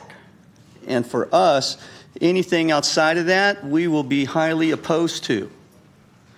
As I follow up with what Jeff was just saying about the city's proposal, it will kill the project. It will kill thousands of jobs for construction workers and then the permanent jobs in the medical facilities. Now, we have been good partners with the city and putting people to work. And I would like to continue that and partner with the city, but there is not another project that's coming around here for the city to replace those lost jobs if this goes the wrong way. We ask for your support to do the right thing, put people to work. That's what people are asking for. And so with that, thank you so much. Next speaker is Doyle Radford, then John Rector. All right. Good evening, Mayor McCarty, respected council. I echo what my colleague says. I'm Doyle Radford, business manager and elected leader of Construction Labor's Local 185. We're roughly 6,000 members strong, actually north of that number. We're growing. And we're growing because we've been proudly building this community since 1929. When that development happened, when we did this wild thing, we brought the Kings to town, that changed that area, and it grew that area, and it was an anchor. The Kings were great, and we all grew and thrived because of it. Like my colleague Kevin says, we're proud of this building trades, but we don't see another project that anchors the community like the CNU Hospital does, and we're in agreement with the Kings. We need to build a catalyst project that just does just that. It grows the community. We're going to proudly build whatever you put there, but there is no other project that will make this community thrive, that will generate those type of jobs where I can send my kids off to school and they'll come back there and they'll work good jobs that'll support this community and rise it up. And while we're building it, I'll go on extra. So we're going to build that with local members. And there is no project that puts more local members to work that we see in the future than that project, the CNU Hospital. And the EIFD, that Infrastructure Financing District, is a crucial component. So we need to do that, and our members will gladly put in that infrastructure, but to support the hospital as is. And once we start building it, I'd open up our doors, and hopefully we get some of those sporting oranges as they come back. And they want to help us build this community. So That's all we have to say, and we're going to build it, but we want to see that plan as presented by our friend, Mr. Dorsey. Next speaker is John Rector, then John Hershey, then Todd Chavo. John Rector. Hey, good evening, Mayor, council members. John Rector with Operating Engineers Local 3, representing about 4,500 members in the region. We definitely want to see the EIFD as proposed by the Kings moving forward. We want to see the Innovation Park actually become something. It's been sitting vacant and dormant for too long. We have a lot of local members that are looking for good local work. If you're not aware, the economy is slowing, interest rates are high, gas is high, it's affecting the cost of construction. Developers aren't putting a lot of money into our community right now, and this project is crucial. We need those jobs, we need those opportunities, and I'd like to yield the rest of my time back to Jeff. Thank you. We can't yield time back to another speaker. You've already spoken. Next speaker is John Hershey, then Todd Chavo. All right, evening, council members and mayor. My name is John Hershey, and I'm here on behalf of UA Local 447 Plumbers and Pipe Fitters, which is affiliated with the Sacramento Sierras Building and Construction Trades Council. We have a saying with the Plumbers Union that we protect the health of the nation. And to that point, I want to talk, a little bit about, we all went through COVID, right?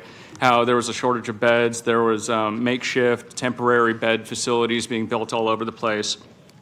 And even though we've learned to live with COVID at this point, it's become less of an emergency, there's nonetheless still remaining lurking, issues that could be coming about. Like we've had the scare with hantavirus or with cyclopsoriasis popping up now. And we're also in a situation where the federal government is deregulating, killing these regulatory agencies that do the prevention needed. And so it just makes the actual infrastructure necessary to help deal with these issues more important. Aside from the doom and gloom, we are in support of the creation of an EIFD that brings a teaching hospital to the North area because it not only fills a gap, but also is a massive economic driver. It only makes sense that this EIFD happens as such because the Health Resources and Services Administration also shows that California alone is short 37,000 healthcare professionals. And so with this EIFD, with the CNU hospital, and our members, we can help to fix this. And with that, we hope you to take that into consideration. Thank you. Next speaker is Todd Chavo, then Lynn Lindsay. Good evening, respected council and mayor. My name is Todd Schiavo. I am the business manager of UA 447 Plumbers and Pipe Fitters and also the president of the building trades. At this time, I would like to ask all the affiliates of the building trades in the crowd to please stand up.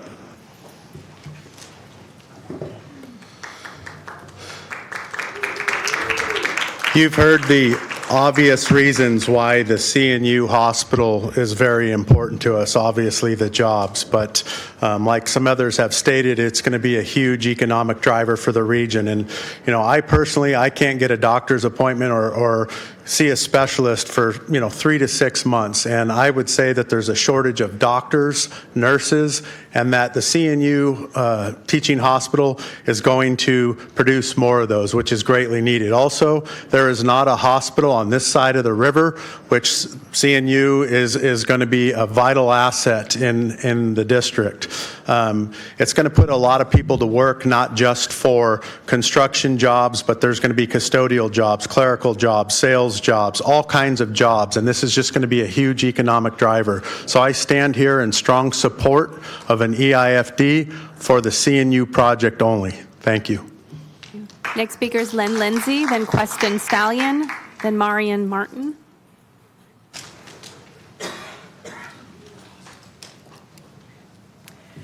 Good evening, Mayor, members of the City Council. My name is Lynn Lindsay, 24-year resident of North Natomas and current president of the North Natomas Community Coalition.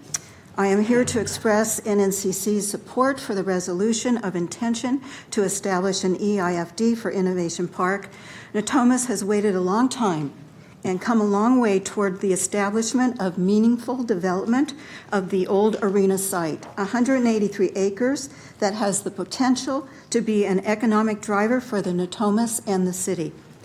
The City Kings deal for a new downtown arena was inked in 2014, included a term sheet stipulating that an employment center and economic engine will replace the old facilities. Once the PUD to create Innovation Park that included Economic and employment opportunities was presented. The community rallied and supported every step of the way to help get us to this point. EIFDs are used and currently in place for large-scale development that include the rail yards and Aggie Square. The EIFD for Innovation Park is equally important as the city works to grow its economy beyond state government. This EIFD includes many safeguards that have been put in place that stipulate that any new project, a catalytic economic development project, must result in high-paying jobs, increase revenue to the city, and provide a stimulus for additional investments before receiving reimbursement from the EIFD, protecting the city, taxpayers, and Natomas. Your vote to establish the EIFD continues the fulfillment of the Natomas Promise that began with the adoption of the 1994 North Natomas Community Plan. It set forth a new direction for development to bring employment acres connecting residents to quality jobs. I guess I'm a little confused. I thought we were just here to talk about the EIFD and getting it passed, that we weren't here to talk about any specific project. This is an important step. I respectfully request your aye vote. Thank you for listening. Our next speaker is Queston Stallion, Marian Martin, then Red Baines. Queston? Marian? Red? Did I get Marian Baines? Marian Martin, then Red Baines? Hi, I'm Red Baines. I'm here speaking for the project. We really need this in North Natomas. We had promises given to us. Centene was going to make a world of difference at bringing on all the jobs. Unfortunately, we had a pandemic, which sort of canceled that out. I live right between Centene and the old arena. And this is something that, we were promised, and I know promises can't be kept in all cases, but this is something that is so important to our community. I'm a board member for my condo board there, and people are living there and wondering what is going on here. This has been successfully started, with the UC Davis Hospital. It has been used before in the city, and I think this is a deserving need that we have for our community. And I thank you for your consideration and your yes vote. Thank you so much. Thank you for your comment. Our next speaker is Marian Martin, but before we go, Marian, can I remind members of the audience, I need you to take your seats. Per fire marshal, you cannot stand in the aisleway. Thank you. Marian and then Anthony. Good evening, City Council. My name is Marian Martin. I'm here with PWT, People Working Together, in support of the EIFD proposal. We hear that you guys are building new buildings, roads, and just infrastructure in general. And we need that in Sacramento. That lot is vacant. North Sacramento needs a hospital pretty desperately. There's not one in that area. And we'd like it if you guys would support that. Thank you. Our next speaker is Anthony Viscuso, then Robert Kooks. And again, anyone standing in the aisles, please take your seats. These reserved seats are also available. Good evening, Mayor and Council. My name is Anthony Viscuso, and I'm a business agent for Local 16 Heat and Frost Insulators. And I, too, am going to just echo the sentiment already been said by the building trades. But one interesting thing, I noticed we had a bunch of young people here this earlier talking about trying to find a job, and what a great opportunity. So, again, I just want to echo what the building trades have already said and keep it short. Thank you. Thank you. Robert Kooks, Kevin Brown, Thomas Viola. Good evening, Mayor, City Council members, and staff. I appreciate you allowing me to come and speak today. My name is Robert Cooks with the Sheet Metal Workers, Local 104. I represent over 800 sheet metal workers in the greater Sacramento area. We're here to support the EIFD for the CNU project. I'm going to echo all the words that were said before me by my fellow Sacramento building trades partners. It's going to be a very important project for the area. It's going to be an economic driver. We need these jobs, this work, and this project. Thank you very much for your time. Respectfully request you vote in favor. Thank you. Next speaker is Kevin Brown, Thomas Viola, Cynthia Brown. Good evening to the mayor and to our council members. Kevin Brown, people working together. I am a Natomas resident of 26 years, and I have been privy to just watching these anticipated promises and all these things. But we rose because we strongly support the EIFD, consistent with the building trades and the Kings. And I will also digress to 2015 when we started the Golden One Arena.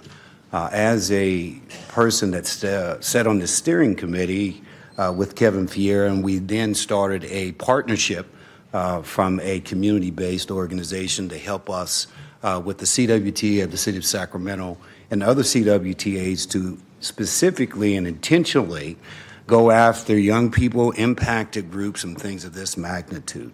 What we discovered was that the G1 was such a drawing element to other ancillary employment opportunities that we really recognized that we needed projects to the scale of a CNU type catalyst that not only would stimulate economic mobility for that particular region, but there were many other jobs besides the construction and building trades that we anticipate would greatly enhance our community there in Natomas. And so we strongly support that. We look forward with great anticipation to us figuring out how we can aggregate and utilize this catalyst to aggregate the CTE programs in the Natomas School District that we have a CWTA in. We can bring it all under one umbrella and meet these needs of these emerging people. Thank you. Our next speaker is Thomas Viola, then Cynthia Brown, Dion Abril. I have 11 more speakers. Good evening, council members, mayor. My name is Thomas Viola, and I'm a member of the Sheet Metal Workers Local Union 104, an affiliate of the Sacramento Sierras Building Trades Council. I stand here today in support of the EIFD for the construction of the CNU project only. Thank you for your time, short and simple. Thank you. Cynthia Brown, then Dion.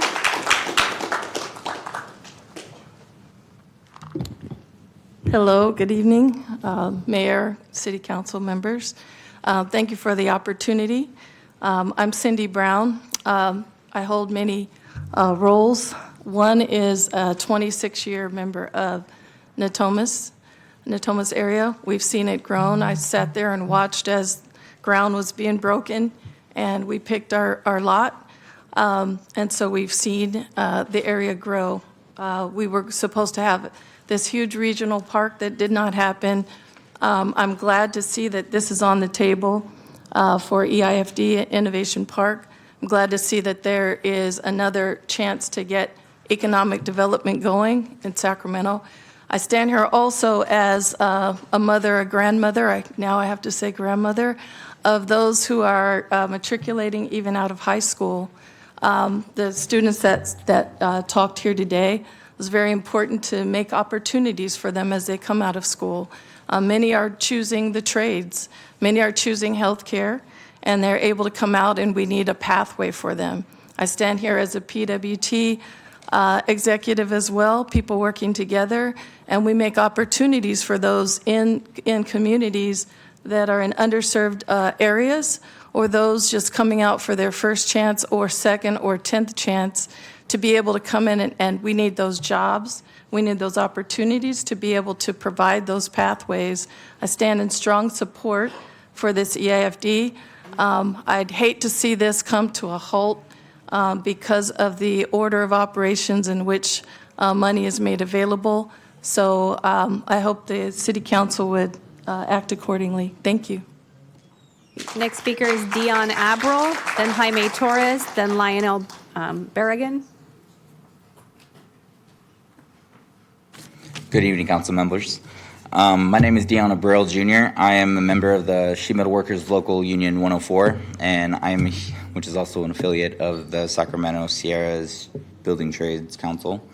I'm here in support of the EIFD for the construction of the CNU project and only the CNU project. Thank you. Next speaker is Jaime Torres, Lionel Berrigan, then Talia Hutton. Hello, Mayor and Council. I'm Jaime Torres, member of Local 185, and proud to be an affiliate of the Sacramento Sierra Building Trades Council. Also a resident of District 3, north of the American River. One of the issues that we have is that Northgate actually floods. That's one of the access to many of the hospitals that are in the city. So not only myself, my family, my loved ones, but also my neighbors, and over 500 families that are members of my union are actually affected directly by this. We need a catalyst as a hospital for public safety, for the concerns and the realities that everybody is exposed to day in, day out. This EIFD will secure the public safety of the Sacramento residents. Every one of us that lives in that neighborhood, the county residents that live in Sacramento County are also would be assisted by this, and this would be a definite catalyst that will continue to engage and give the possibility for our youth and many other members to actually have a decent living and actually be injected into the working middle class. So thank you very much for your consideration. Thank you for your patience and the augmentation of time that we've given you. And I would like to yield the rest of my time. Lionel Berrigan, then Talia Hutton, then Mark Klubel. Good evening, Mayor and City Council members. My name is Lionel Berrigan. I'm with Labor's Local 185 and with the Sacramento Building Trades, and a 25-year resident of Natomas belonging to District 3. I'm in support of this Sacramento Kings proposal to include EIFD for the SNU project. That's going to create a lot of work, and not only for the residents that live around Natomas, but also for a lot of construction workers, for great apprentices as well that are looking to get into the construction industry, and not only look for it as a job, but a career in the construction industry. I strongly recommend you guys pass this project. Thank you very much. Next speaker is Talia Hutton, then Mark Plubel. Good evening, city leaders. My name is Talina Hutton. My son and I are both graduates of the People Working Together apprenticeship program. I also have a son who just graduated from Endercombe High School who was also in the construction program there. And being able to live in the community where you work, I think that's very impactful. I've been a resident of Natomas for 23 years. I'm also a teacher in the community. And I just think that that would mean a lot for not only the families that I serve, but also the youth that are in the community. Listening to this youth speaking tonight, they were talking, just to piggyback on what the gentleman said earlier about having jobs. That would create pathways not only for them, but also having that university hospital. We would have not to go so far to an ER if we have an emergency in our community. Also, there's a need for skilled trades positions due to a shortage, people retiring. And also, Natomas residents deserve what the opportunities and resources that this would bring. So I hope that you guys would consider that, and thank you for your time. Thank you, Talina. I have 5 more speakers. The next is Mark Plubel, then Empress Barner. Good evening, Mayor, Council members. My name is Mark Plubel. I'm a representative of the Heat and Frost Insulators, Local 16, Northern California and Northwestern Nevada. I come here and I stand in solidarity with my brothers and sisters of the Sacramento Sierra Building Trades. And I'd like you to support an EIFD resolution that includes the CNU anchor project and only with the CNU anchor project. This project will bring a multitude of good union construction jobs as well as continuous excellent paying jobs afterwards. It'll also supply us with much needed health care, and please support the CNU, the building trades, the community health, and the Sacramento finances. Thank you. Next speaker is Empress Barner, then Diana Maldonado. Empress. Diana Maldonado. Then Curtis Paulins. Then Zybri. Is Empress here? No. Okay, thank you. Diana Maldonado. Hello, good evening. I'm here with People Working Together, a Natomas community organization supporting the region. I'm here to support Sacramento Building Trades and the Sacramento Kings. I'm out of People Working Together. Recently joined the Sheet Metal 104. This means the world to me as a single mom of 4 kids. Job opportunities is life-changing for me and pretty sure for a lot of Sacramento families. And thank you. Thank you. Curtis Paulins. Following Curtis is Zybri Yavram. Mayor, City Council members, thank you for giving me the opportunity. I support the EIFD. I hope you'll pass it as is tonight.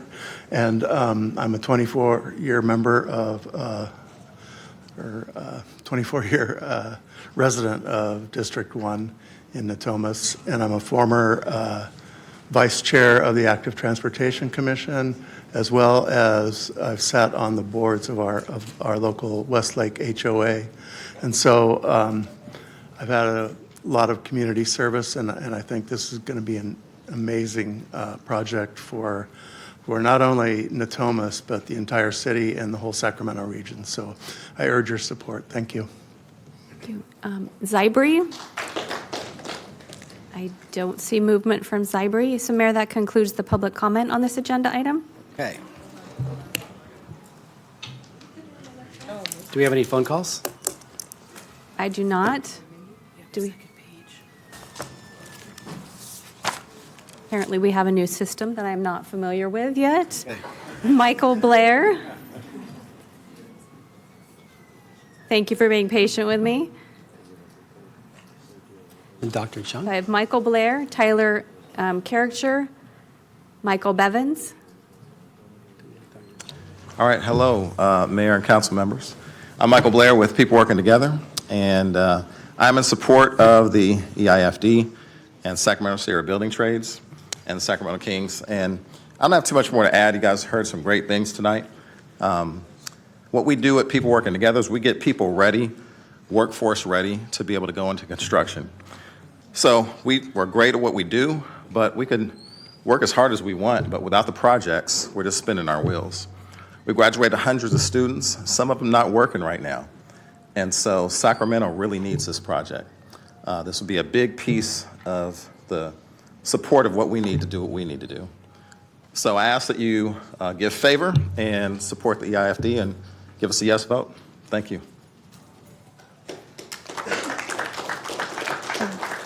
Tyler.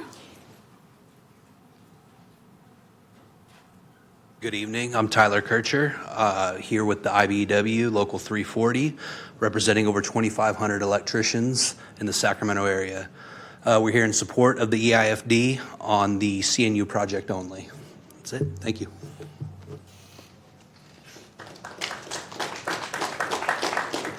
Good evening, City Council. Excuse my tardiness. I actually work in the trades, came directly from work, and I had to use the restroom. So, my name. Your name? My name is Zebra Yavram. Okay. I want to start with, I'm here with People Working Together, a Natomas community organization. I am here in support of the Sacramento Building Trades, the Sacramento Kings, and the Kings EIFD proposal. People Working Together gave me the opportunity to springboard into a career in the building trades. Today, I'm a crane apprentice with Operating Engineers Local 3, building a brighter future for my children and myself while helping build the community we all call home. I'm grateful for a hand up and not just a handout. Programs like this are strengthening our workforce, which you can see behind me, by developing skilled workers with heart. We hope you'll support this proposal so opportunities like mine can continue expanding outreach, creating pathways into the trades, and uplifting both our current workforce and the next generation of skilled apprentices. Together we can keep building stronger careers, stronger families, and a stronger community. Thank you for your time.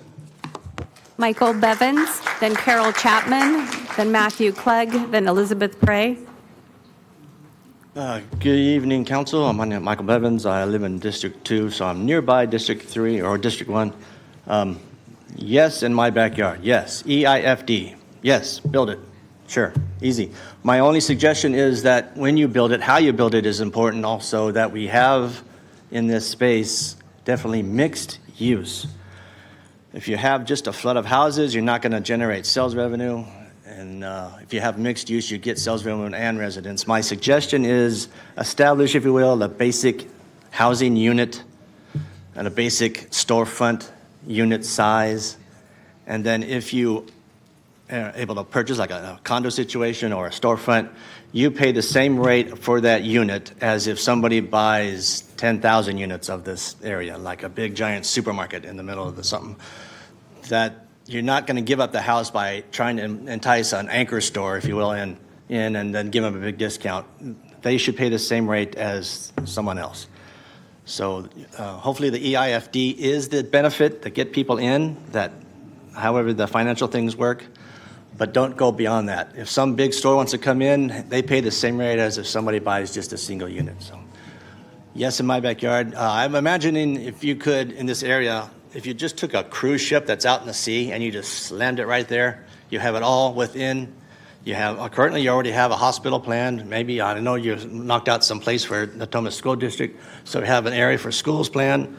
Basically, design this area as if it's a small little city, and then have everything instead of a 15-minute city, it's all walkable. Maybe you can have your 5-minute city right in this neighborhood. Anyway, keep that in mind, please, as you build in. Thank you so much. Carol Chapman, Matthew Clegg, then Elizabeth Prey.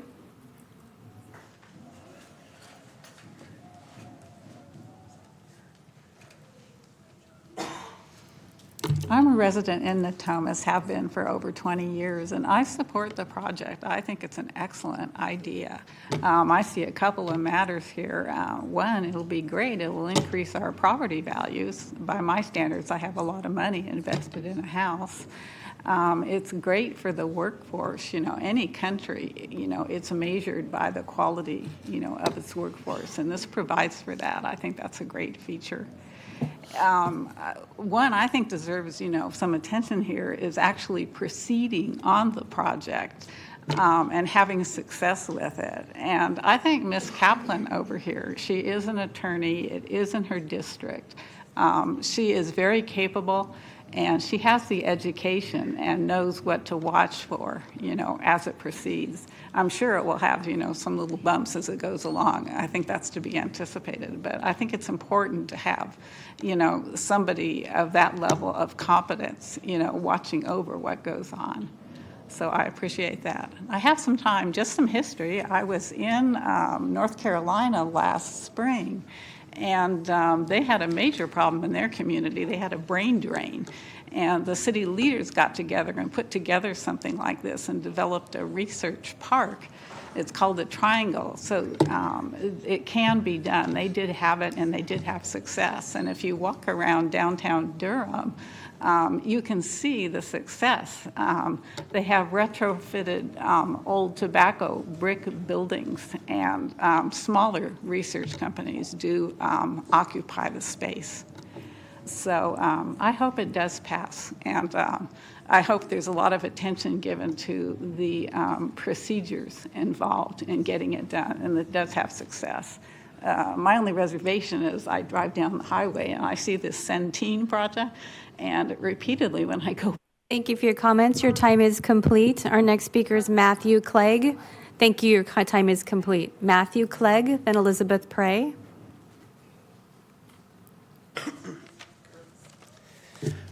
Good evening, council members. My name is Matthew Clegg. I'm a member of the Sheet Metal Workers 104, which is an affiliate of the Sacramento Sierra Building Trades Council. I am here in full support of the EFID for the construction of the CNU project only. Thank you.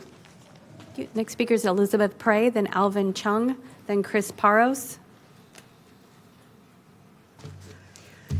Good evening, Mayor and City Council. Thank you so much for the opportunity. I'm here. I'm Lisa Prey, or Elizabeth Prey, on my driver's license.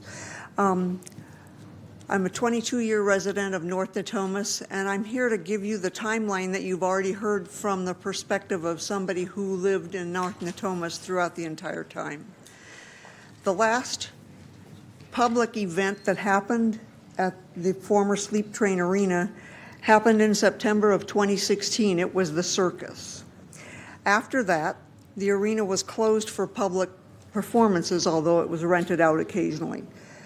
But those performances and opportunities provided an economic engine for our area, for our restaurateurs, for our hotels, for our shops. It collapsed.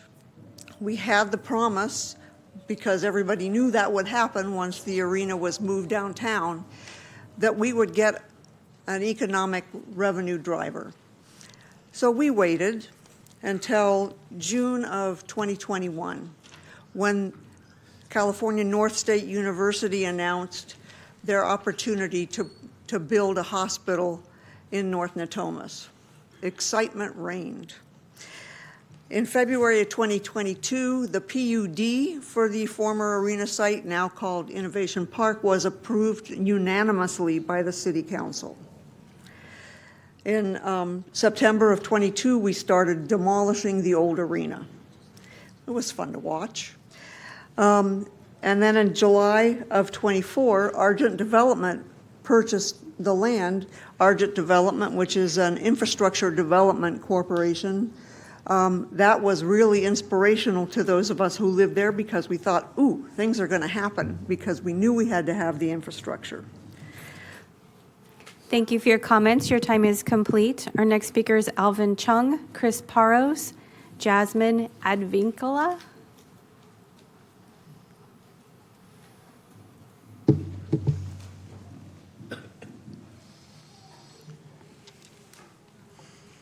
Good afternoon and good evening, depending on how long your workday is.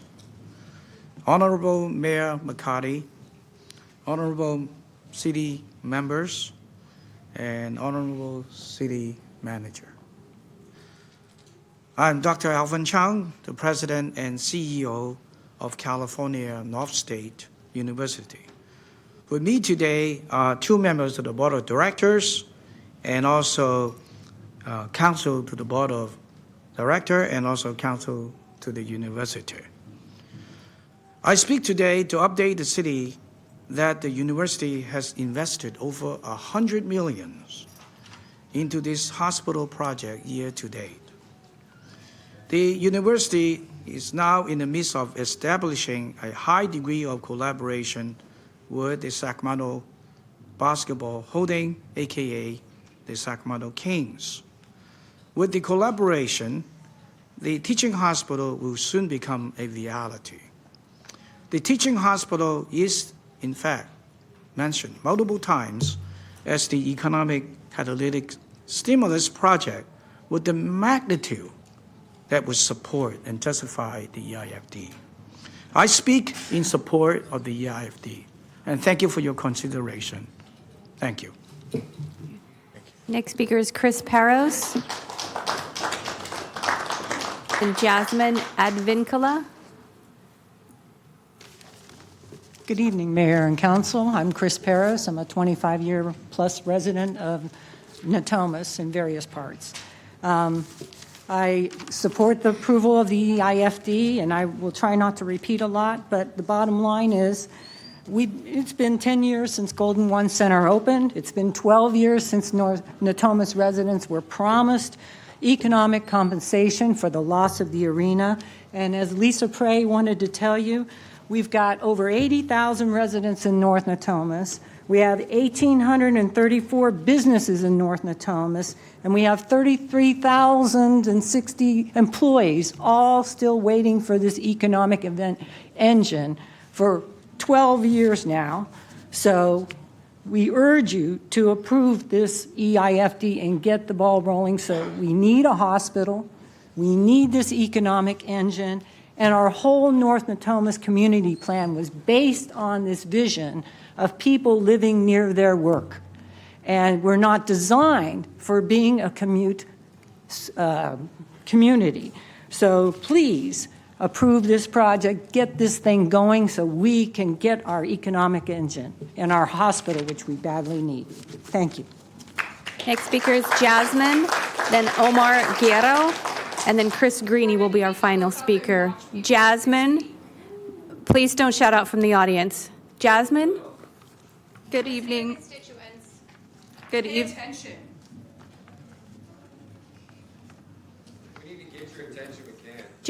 Just a moment, Jasmine. I would like to remind members of the audience that you cannot speak out from the audience. You're in violation of Chapter 5 of the City Council Rules of Procedure. If you continue to speak out from the audience, you will be asked to leave the meeting. Thank you. So, Jasmine, it is your 2 minutes. Please be respectful. Jasmine? But apparently it is for you. Good evening, Mayor and Council members. My name is Jasmine Advincula with the Sacramento Asian Pacific Chamber of Commerce, and I'm here today to express our support for establishing the EIFD for the redevelopment of the former Sleep Train Arena in North Natomas. This project represents an opportunity to transform a long vacant site into a vibrant community with housing, open space, a future school site, and infrastructure improvements that benefit not only Natomas residents, but the broader region. For years, the former arena site has sat underutilized despite its tremendous potential. The proposed redevelopment can bring new jobs, housing, economic activity, recreational opportunities, and much-needed infrastructure improvements to North Natomas. This project is about creating a new economic engine for Sacramento, as the benefits of this investment will be felt for decades to come. I appreciate the vision and collaboration that have gone into bringing this proposal forward, and I encourage you to support the EIFD so this important project can move forward. Thank you for your time. Thank you. Next speaker is Omar Guerrero. Following Omar is Chris Greeny, who will be the final speaker on this item.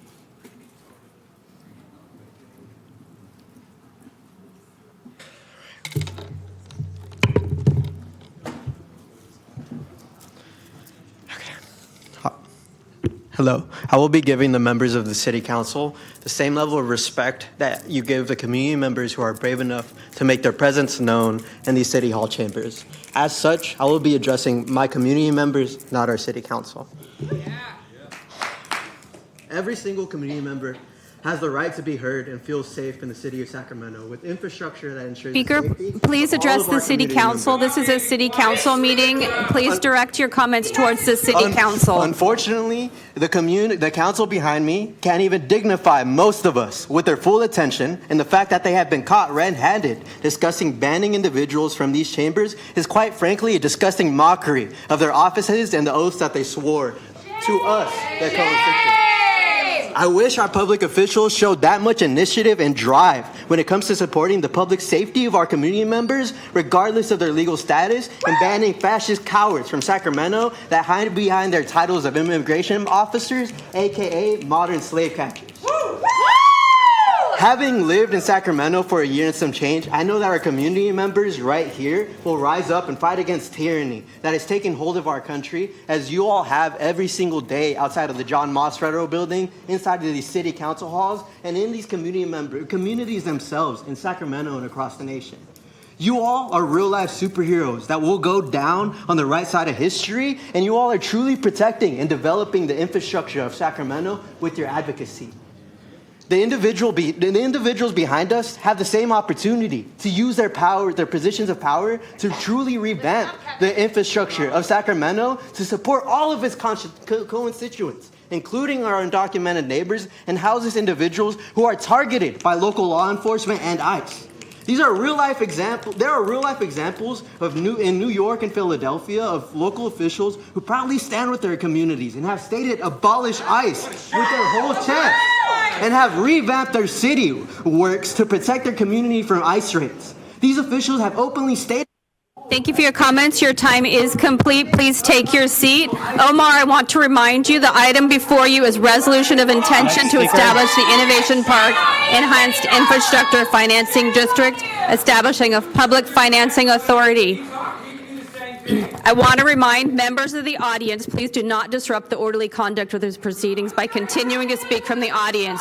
You're in violation of Chapter 5 of the City Council Rules of Procedure, and you continue to be ordered to leave the meeting. Do you understand the warning? Please, I have one more speaker on this agenda item. Okay, we have Mayor, would you like to take a recess? recess? Listen to your constituents.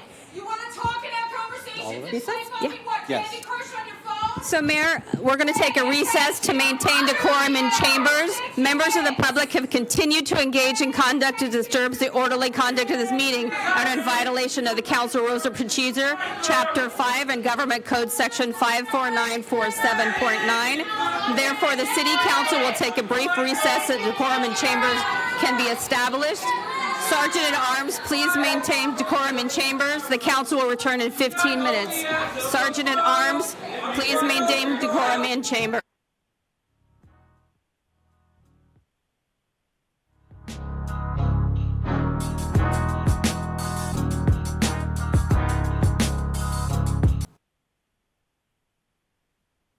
Convene our Sacramento City Council meeting. We are continuing on item number 2, and we have 2 more public comments and then council deliberation. Thank you. Our next speaker is Chris Greeny, then Rick Locke.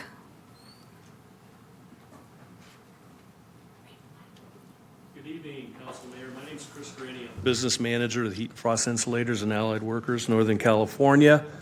I'm here to support and stand with the Sacramento building trades in support of the EIFD with the CNU project only. We need more health services. We need more jobs. We need more training. We need more training for medical folks out there. And I don't think we need less. And I stand in support of the EIFD with the CNU project involved. Thank you. Rick?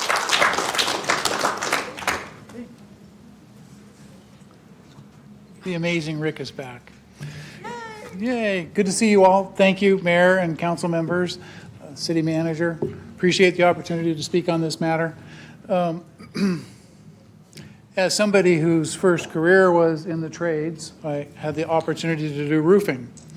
And so I'm excited as all, I get it, face you folks. I'm very excited to see the trades here tonight, and they're speaking up and they're speaking their mind and they're inviting you to participate. And sounds like there's a constraint that I don't quite understand, but please move forward with this. It would be great to see all of this great construction work and the jobs and the business opportunities, because that was one of the main initiatives, right? Is what can City Council do to develop business opportunities for the City of Sacramento, North Natomas resident, District 1, the amazing Rick. Love you all. Thank you. Mayor, that concludes our public comment on item number 2. Thank you. Okay, so here is the time now for council deliberation. So I know our 2 Natomas council members are punched up first, and certainly want to allow them to opine and set the stage in history, but I just want to give some perspective from a citywide, from the mayor's position. And so just kind of what you said, Rick, this is a big project for Natomas and Sacramento, and there's some loose ends that we're trying to tie up. So there's multiple things that we're trying to figure out here. One, how to focus on an area that's essentially now fallow and somewhat blighted with an absence of a tenant there for 13 years. Building a hospital there, which we've all embraced, and the council did in 2024 with their term sheet action item, focusing on a $4 billion projects and hundreds, if not thousands, of good-paying jobs that are going to, help working men and women in Sacramento, and also help the city of Sacramento. Focus on our budget issues, focus on economic development, growing our economy. A few weeks ago, we were here, unfortunately, slashing positions and basically programs from our city budget, and we want to do the opposite. So this is an opportunity to grow. But with that, we need to make crystal clear that by doing this and using this tool, it's not just some EIFD and money that comes from the Tooth Fairy and Santa Claus. It's your taxpayer dollars. We need to be very, very wise that we make sure we get our bang for our buck. We get our return on our investment. So we need to make sure that we carefully adopt this principle before us and get a commensurate project that's worthy of us giving over 30, 40 years of property taxes for a big swath of land. So this is why the details matter.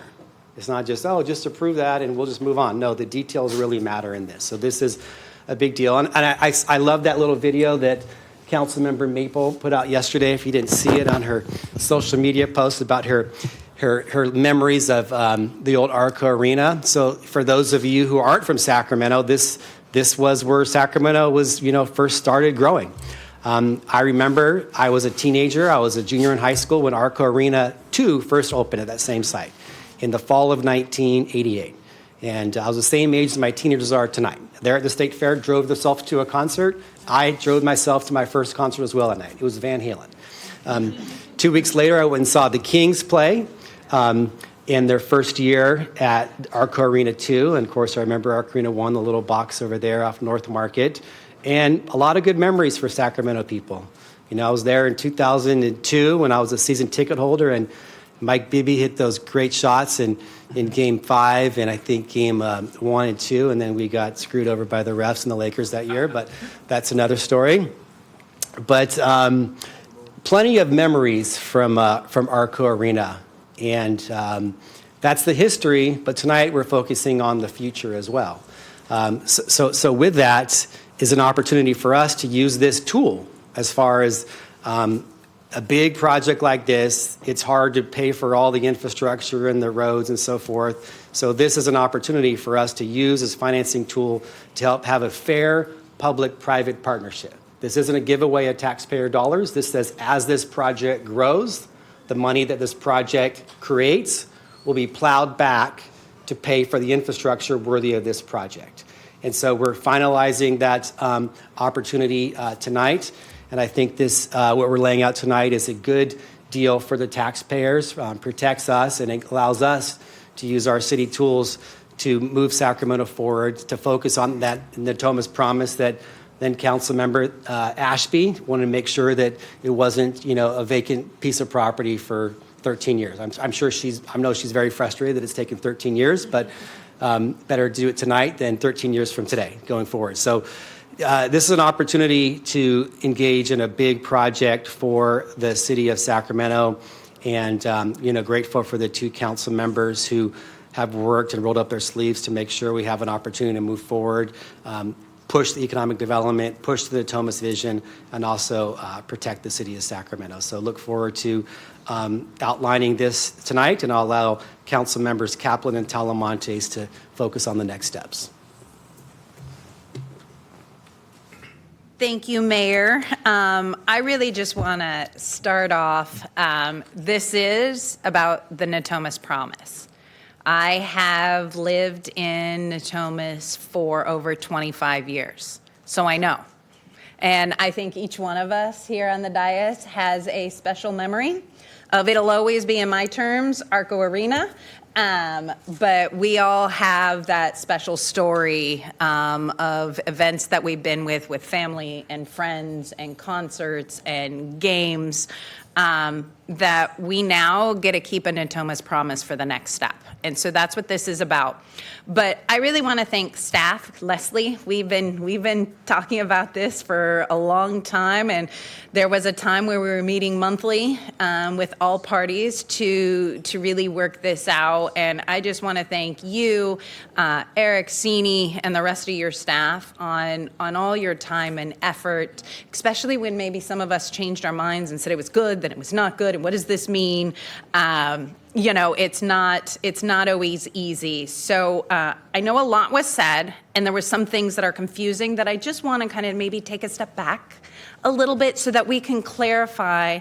And truly, I need this for my Natomas residences and the city to understand what is an EIFD and what are we actually doing, because I think it can get confusing because so many things are tied up in what an EIFD will do. And then I'll apologize. Sometimes I say things quickly. So if I ever say EFID, I mean EIFD, but I might be switching it.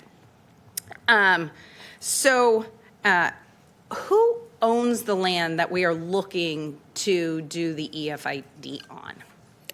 The land. Can you hear me all right? Okay, I'll lean in a little bit. Is this better? So currently, the EIFD district, which we are proposing, is privately owned by a variety of different private parties. Okay, so the city doesn't own any part of this? No, ma'am. Okay, and one of the things I will say as a caveat, in 2022, before I joined City Council, I was a Natomas School Board member. And one of the things that the Natomas School Board does, because the board has to build its own schools, is we bought land in that area, of which, will the EIFD fund the school? No, ma'am. The EIFD, as it's currently envisioned, is envisioned to include school facilities. Okay, I just want to make sure, because everybody's like, we're going to do this and it's going to get us a school, and we need to be very clear. Natomas Unified has to pass a bond, and they have to build their own facilities, and the EIFD has nothing to do with this. So does the EIFD raise taxes for North Natomas or Sacramento? No, the EIFD actually uses the property tax, so it doesn't affect any additional or doesn't require any additional taxes on the part of anyone. It uses their existing property tax to be placed into an EIFD. So what does, as we set up, and I know we did a term sheet, and if you can see, anybody wants to know what an EIFD will fund and what this project will fund, is that laid out with Exhibit B? What are some of examples of what the taxing and the money coming in will fund? I'll turn to Eric, who has a little bit of a working list to share. Okay. Sure, yes, it is outlined in Exhibit B, but generally EIFDs can fund public facilities that have a useful life of 15 years or more and that have a community-wide significance, as it's called. The list is generally pretty broad in the EIFD law, but generally we see things like streets, sewers, storm drain, water facilities, traffic signals, can also fund affordable housing, things like that. So all the stuff we rely on, not necessarily glamorous stuff, but that we need to see in every day. Does the EIFD build the hospital? No. Does the EIFD build housing? No. No. So that's where I think sometimes it's getting a little like confusing because they all get intertwined together. But am I correct in understanding by the city approving the EIFD, we're helping pay for a portion through this mechanism of building the public facilities that are needed in an infrastructure project? Yes, that's a good characterization. So what happens, because this is question, so the city, if tonight we approve the EIFD, which I hope we all do, and let's say housing doesn't come, does that change the EIFD? No, ma'am. But the EIFD revenues are generated by development occurring on the site. And if there was housing on the site, it would generate some income. So, but it doesn't lead to housing directly. So I don't want anybody to take this wrong. I am all in for CNU and the teaching hospital and everything that comes with it. But if we approve the EIFD and for some reason the hospital doesn't come, what happens to the EIFD? The EIFD revenues would stay in an EIFD fund to be determined by the Public Finance Authority how those funds are utilized. Okay, so tonight, are we actually creating the EIFD? No, ma'am. Today is the first step. It's the first baby step. It's the resolution of intention. Following this, there's a public meeting, there's 2 public hearings, there's the formation of the Public Finance Authority, there is a return to City Council. So there's many steps between now and when an EIFD would be formed. Leslie, I want to just clarify something for the public. You just said property tax, but I just want to be clear. It's the increment, it's the growth of the property tax that is established from the base year. And in more relatable terms, it means we have to correct the EIFD first, set up a year, and any growth that happens on top of the base year, so it could be this year, the base year could be next year, any new growth in revenue stays in the boundaries that could be used for the infrastructure funds. Yes, Councilmember, that's accurate. And you actually always, every time I describe it, I have to use my hands as well, so I'm glad in your definition you used your hands. If you know, I can't not use my hands, so appreciate it. So tonight, I can't necessarily ask you, because this action isn't the next step for the hospital to get built. That's between two private entities that are doing that. The city isn't involved in like the financing or the funding of the hospital. No, ma'am, that's right. We are not currently involved in any way in the financing or development of the hospital. Because that's the number one question I get. When's the hospital coming? So, Dr. Chung, when we get this EIFD passed, our Natomas community wants to know when ground is going to be breaking so that we can celebrate the Natomas promise, because it all goes back to the Natomas promise. And then for anybody, correct me if I'm wrong, that wants to know, because this happened prior to Vice Mayor Talamontes and I joining, although she was chief of staff to Senator Ashby, who was in this seat. It's the PUD, which sets forth what kind of housing is coming, hotels, restaurants. That's already been set, and if people want to know what kind of mixed housing has been planned, that's where they would look. That's right. The PUD actually established kind of a roadmap of the development that would occur within the district and within the PUD, yes. Thank you, and I really appreciate your time of kind of like just taking a step back, because my community asked me all these questions, and I wanted to have this dialogue so that we kind of made it clear the action we are taking tonight. So, community, I want to talk about a couple of key things. Tonight's action is about keeping the Natomas promise. It's guaranteeing that by us doing this, we get language in the EIFD for an economic driver on that Natomas land, which keeps the Natomas promise. We're also putting in language to protect our taxpayers and the city's general fund, to make sure that the general fund doesn't cover things that the EIFD doesn't. We are not raising taxes. We are prioritizing permanent, high-paying jobs. The City Council has already approved that there will be a project labor agreement. So we are guaranteeing well-qualified construction trades are building the project for the hospital to come to fruition. But we are also safeguarding the land and pushing for project momentum, because, as you heard, 2016 was the last time something happened at Arco Arena. Yeah, you can come out to the antique fair once a month on Sundays, but we need more of an economic driver. And this is the first step in many in moving forward and keeping that Natomas promise. Because a decade ago, the city said, and those involved, and I've pulled out quotes that came from the Kings and came from our Mayor Steinberg and came from the senator, that the city made a promise to deliver a transformative job-producing development on the site of former Arco Arena. And this action tonight is the responsibility of us as a city to be the one step in keeping that promise. Now, I'm going to work with the Kings, and I'm going to work with Argent, and I'm going to work with Dr. Chung, because they have to keep their promise. They have to keep moving it forward. But I will be there on the sideline cheering or pushing so that we get that Natomas promise. And we also have to be clear how financing works. This is just one step. We have to set up the Public Financing Authority, and we have to pass the language that says this is not a blank check. There has to be checks and balances of the public infrastructure that is funding. But we also have to make sure that this is an economic driver for Natomas. Natomas deserves a vibrant future. It really is sad, members, when we updated our general plan. In the general plan, it said that there is a Natomas town center.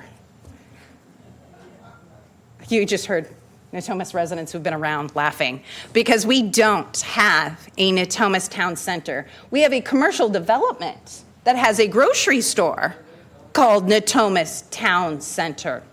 This is creating the Natomas Town Center.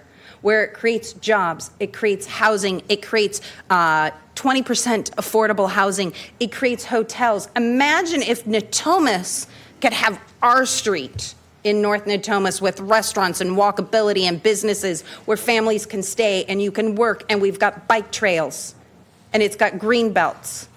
This is the promise and this is the vision that we need to implement, and that we do it with the Kings and the building trades and CNU and North Natomas. And this is we must prioritize high-paying jobs. That was given with Centene. I am really happy what the council did in making sure that it was tied to actual jobs, because the money has to be proven that high-paying jobs went to Centene. So we're making sure high-paying jobs are coming to the city of Sacramento for our economic viability, and that our trades, who many live here, they get to live here, work here, and spend their taxpayer dollars here, not in some other city or county. And so I really want to guard the land in the momentum. I really want to make sure all of us as stakeholders, while we all don't agree sometimes, we're in this together, and I am willing to keep my word and hold my hand out and make sure that we continue to move forward. There's been plenty of negotiations and talk, but this is a time to keep the Natomas promise. I really want to thank the leadership of our city staff. I want to thank the mayor. I want to thank the vice mayor. We have been working for quite a while and a lot of time and a lot of conversations. We weren't always on the same page, but right now we are on the same page. And the city needs to see that, and Natomas needs to see that we are coming together to make this happen. So the next step is really approving this and setting up the Public Finance Authority. So I look forward to hearing the vice mayor, but I would like to set forward the motion and then look forward to hearing my colleagues. So as the item has been presented, I want to move the item, strike in its entirety, Section 7, but direct staff that in this motion, all parties are to come together and negotiate the terms that are consistent with the term sheet presented and adopted by council on April 30th, 2024, so that we are not noodling and legalese language on the dais, but adopting direction that we find language we can all agree with, that is consistent with the term sheet that was already, we spent a long time negotiating, that has already been set up, that this council has seen, has negotiated and agreed to. But it also gives time for us staff, by setting up the EIFD with direction of creating terms consistent with the term sheet at the Public Financing Authority, that we can bring in bond counsel to make sure that the city's resources are protected and the taxpayers are protected, which still allows the EIFD to move forward and all of the other projects that are in motion to continue, knowing that one, we are not trying to legalese and wordsmith on the dais, and then the term sheet is consistent with what we've already set forward. So I first want to look at Leslie and Eric of do I need to clarify anything? Go ahead. I was just going to clarify, if I may, or ask, there is the language you want us to modify, the language that is in red that begins with the primary goal of the EIFD is to stimulate, that's beginning the sentence after that? Is that what you would like us to modify? I want in Section 7, because we actually agreed to all of the other stuff, it's strike all of the language in red. Okay. On Section 7. Okay. Thank you. But direct that the language that we are going to negotiate to replace that is consistent with the term sheet as adopted on April 2024. Okay, thank you. And then strike, so we're not doing it, just I'm going to say it, any reference to that language in the staff write-off. So whatever we pass, the staff write-up doesn't exist in that regard. Okay, thank you for the clarification. So it's moving the resolution of intent, striking the language in red in section 7, directing staff and all parties to come back and negotiate terms consistent with the term sheet that was adopted by council on April 30th, 2024, and set up the public financing authority. So we can actually do the adoption. No, thank you, ma'am, for the clarification. Okay. Do we have a second? I'm happy to second. Okay, we have a motion and a second. Thank you, council members. Council member and Vice Mayor Talamantes. Thank you, Mayor. So just question for the city manager. I just seconded the motion.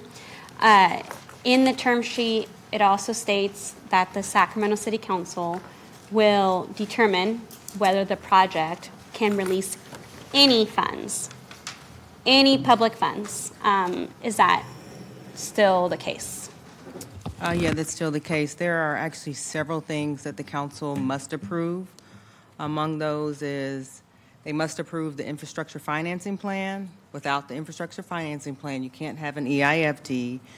Any economic development project that receives EIFD funds have to be approved by council, and any amendments, expansions, or project-related actions tied to the district must also be approved by council as well.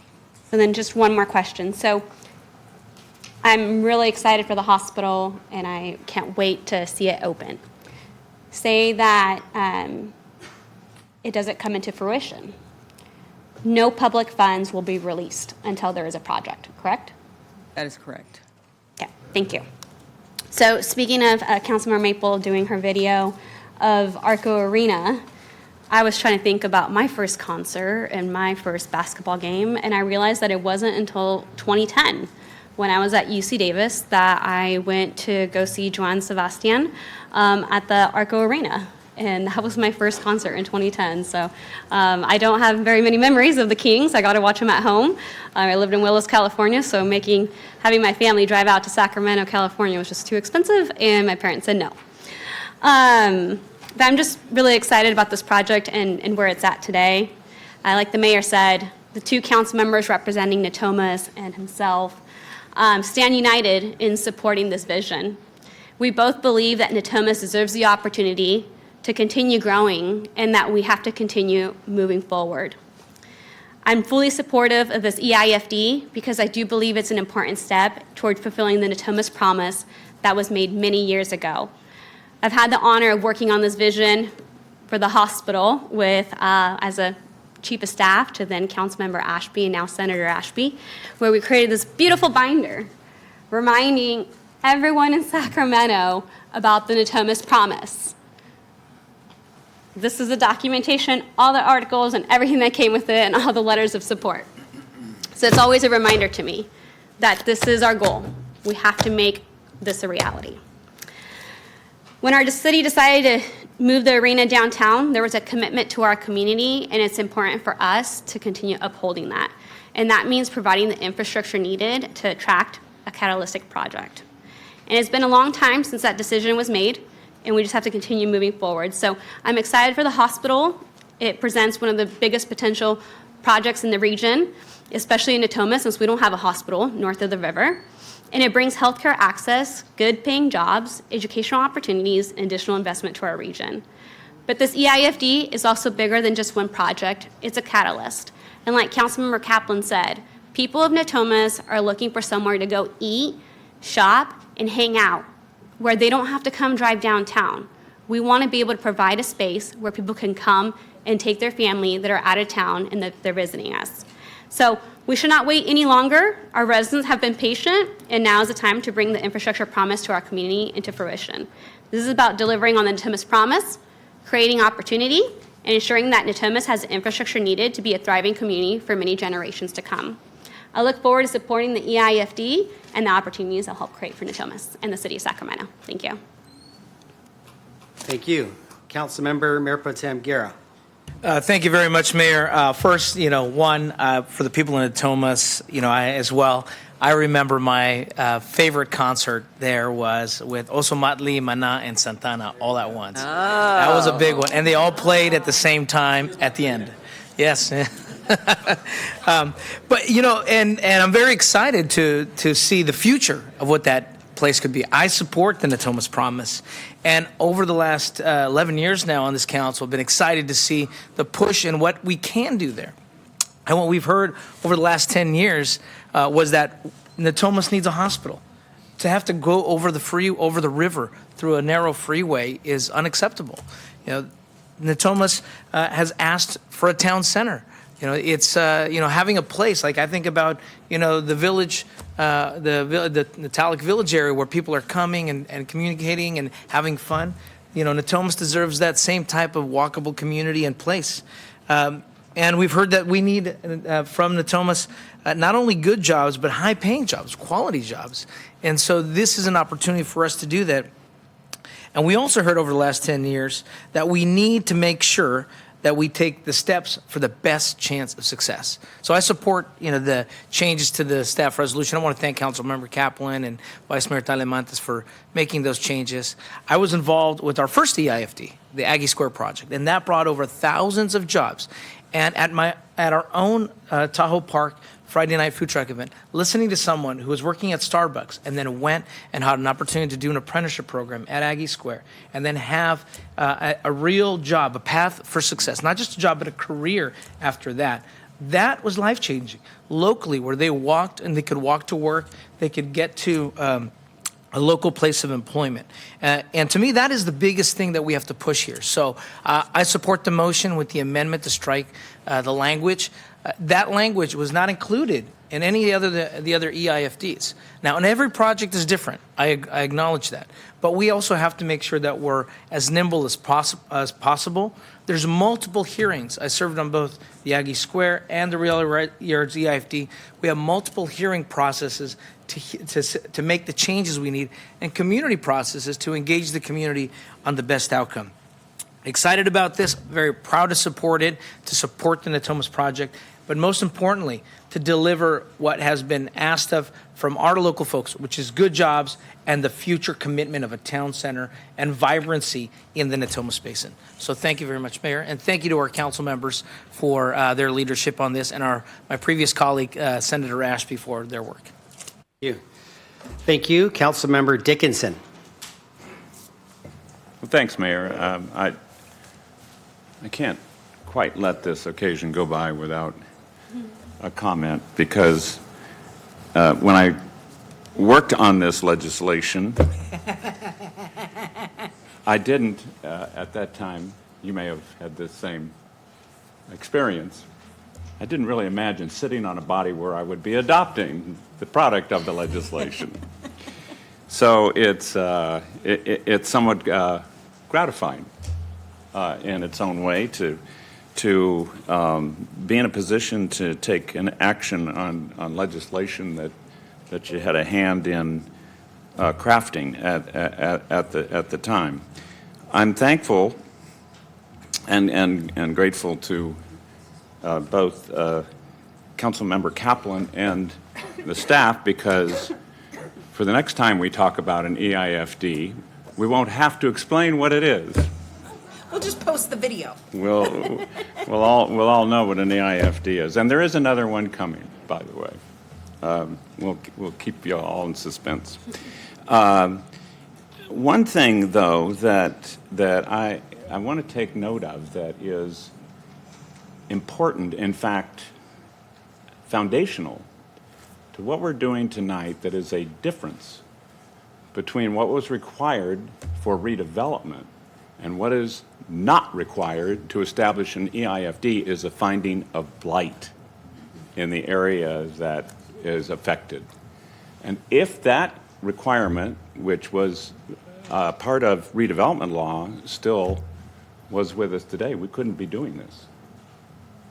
So, in fact, part of the very explicit intention we had in 2012 when we were working on this legislation was to create an opportunity for it to be applicable across the landscape of cities and counties where it could be employed effectively and appropriately. And so I'm very happy to support the legislation for a host of reasons, one of which is bringing a significant medical facility, we all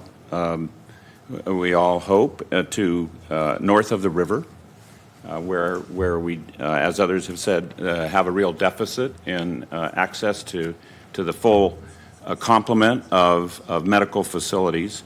And the other is to be part of the enactment of something that we actually envisioned when this legislation made its way through the process and was ultimately signed by the governor.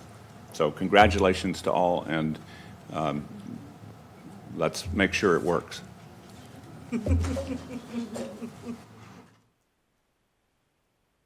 Okay.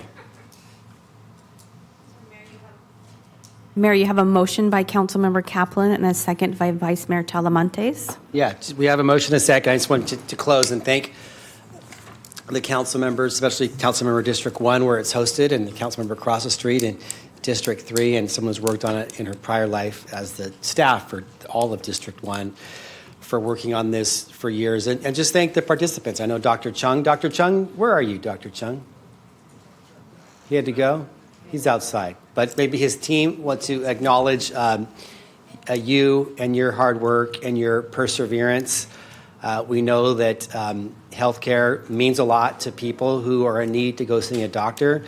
We know that there's a great need to train more healthcare professionals. So the teaching hospital is tremendous. You have teaching hospitals here already.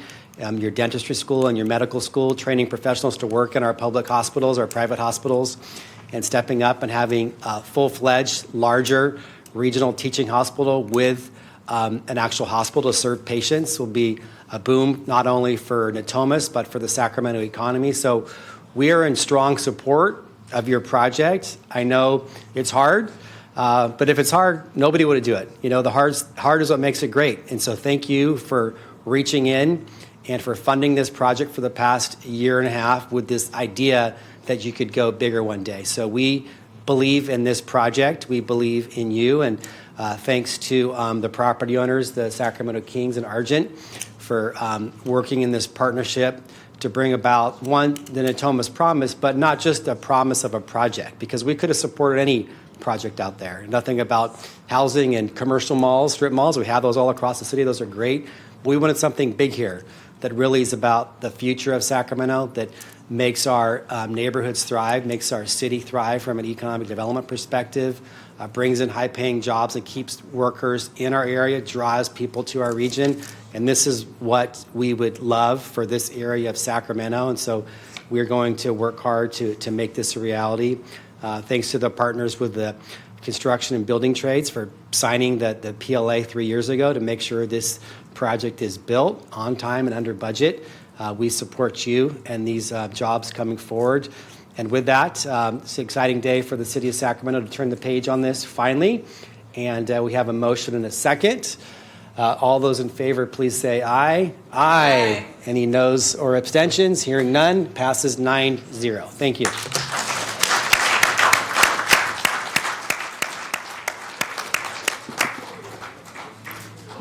So, Mayor, we now move to council comments, ideas, questions, and AB 123 reports. And then public comments. Okay. Councilmember Kaplan. I will just quickly, National Night Out is coming out, and I have a ton of my neighborhood homeowners association coming to the North Natomas Regional Park. And if you ever want to dunk an elected official for a small donation to my student scholarship, you can dunk me.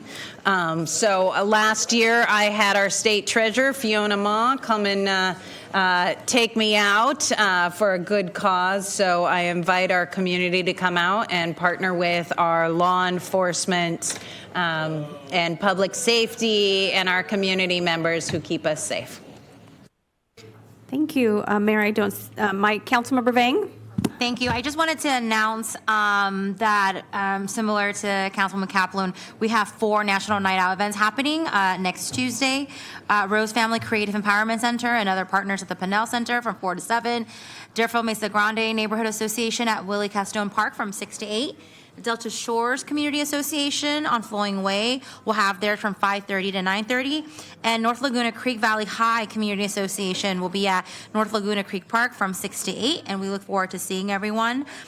Also, just want to let folks know, since I don't think there's a council meeting next week because it's National Night Out, it's next Friday. I'm partnering with Trustee Rhodes for an Family Day Back to School pool party at Carbillo Pool from 3 to 7 on Friday. That's located at 1648 65th Avenue. And so just encouraging family and folks in the South area to come join us for our back to school pool party in South Sacramento at Carbillo Pool. Thank you. Thank you. Councilmember Jennings. Thank you. As we close out July, we want you to join us for our 4th and final concert, jazz concert, called Jazz in July. It's the last of the Jazz in July series.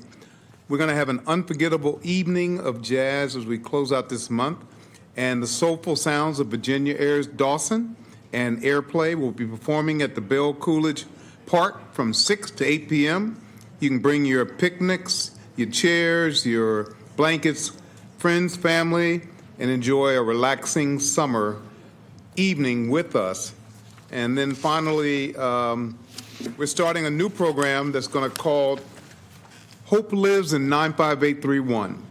And this is an opportunity to share, to come together and make a difference for those kids that are dealing with cancer and helping them to be able to get through that. So we'll give you more details and information about that. But we've got too many kids that are growing up with cancer. We want to be able to help them. So we have a program that's called Hope Lives in 95831. So that's the name of the program. I'll give you more information about that next week. Thank you. Do we have a city manager's report? Yeah, I just want to remind the community, the well-being of the community is the highest priority, and we want to remind the residents that we're going to have elevated heat risk coming up. Our Office of Emergency Management and the Sacramento Fire Department will continue to monitor and update the situation, but we want to remind people that there will be heat advisory, extreme heat watch. Stay hydrated, stay inside, check on the elderly. Can you please don't children disrupt? In the parks. So we want to make certain that our fire department is monitoring. And, this generally tends to be a high risk for fires as well. So just make certain that you are watching the weather. Thanks. Okay, thank you. Now we have public comments for items not on the agenda. How many do we have this evening? Thank you, Mayor. I have 19 speakers. I have none remote, but 19 in chambers. Okay. The first one is Brian Powers, then AJ Albano, then Angela Andrews.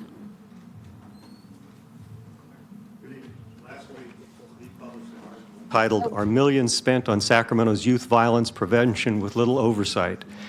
The answer is disturbing. I'm sure you're familiar with it, so I won't spend my time summarizing the details, but among other things, it exposed financial and tax reporting irregularities on the part of 2 nonprofits who have contracts with the Office of Violence Prevention, and it exposed a lack of oversight by the city. The article was so thorough and well documented, it seems the allegations must be true. More disappointing than the facts exposed is a lack of responsibility taken by all involved. An executive of one of the nonprofits was quoted as saying, "Sometimes you don't know what you don't know until someone tells you." I assume that the nonprofits try to teach their mentees responsibility. That comment reveals a lack of responsibility. Another excuse given is that they are doing good work. If no one is providing any oversight, how can anyone know they're doing good work?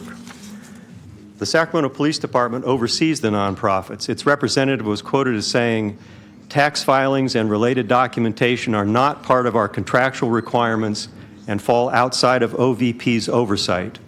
That should not be correct, but if it is, whose job is it? By the way, it's easy using online tools to verify proper registration with the state and filing of tax documents. I've done it myself. That brings us to you folks on the council. It's ultimately your responsibility to see that taxpayer money is used responsibly, effectively, and efficiently. The last council dropped the ball on that. I hope you won't pass the buck on this one. There should be an outside audit so it's objective with a report back to you, not just OVP or other departments. The contracts with the nonprofit should be suspended until the audit is completed. And if the allegations are found true, perhaps their contract should be replaced by other, more responsible nonprofit providers. Violence prevention is too important to let this happen. Thank you for your comments. AJ, then Angela. Your crime rate's down 12%, by the way. There's your audit. 12%. Excuse me, can we please? Just a moment, Mayor. Not disrupt the public comment period? No, you're disrupting the public comment My name is period. AJ Thank you. Albano. I'm a resident of District 4. Should have named his name. Yeah, just seeing whose attention I have today. Apparently not the mayor's. Karina, you're looking at me today. Appreciate that. Yeah, just want to address the hot mic moment, the moment in which you, Karina Talamantes, and you, Mayor, were talking about banning people from public comment during city council meetings. Just appreciate the city manager apparently directing you to the fact that you can't do that, that is unconstitutional. Though it does seem, based on your comments to media, that you are still pursuing year-long bans for people from making public comment. And apparently your response, Karina, is that you don't mean what you say, that you can say ban but not actually mean a ban. And Councilmember Maple sort of backing you up on that one. But Councilmember Maple, I didn't hear you say anything about Mayor's comments about pursuing probation-style bans on public commenters in this very room for the first 6 months in which he was mayor of our city. I didn't hear you say anything about the fact that he continues to say that he's pursuing year-long bans for public commenters on this city. So I think that the issue is maybe don't discuss this in like a hot mic moment. Bring this to a council member meeting. Agendize it, have public comment come in here and have them give their opinions on it. And I would really like to know each and every one of your opinions on that matter. It's embarrassing that you haven't made a comment on it, that you haven't weighed in on the fact that that's what our mayor is attempting to do and is pursuing actively, apparently. So just the hot mic moment. Thank you for your comments. Your time is complete. Our next speaker is Angela Andrews.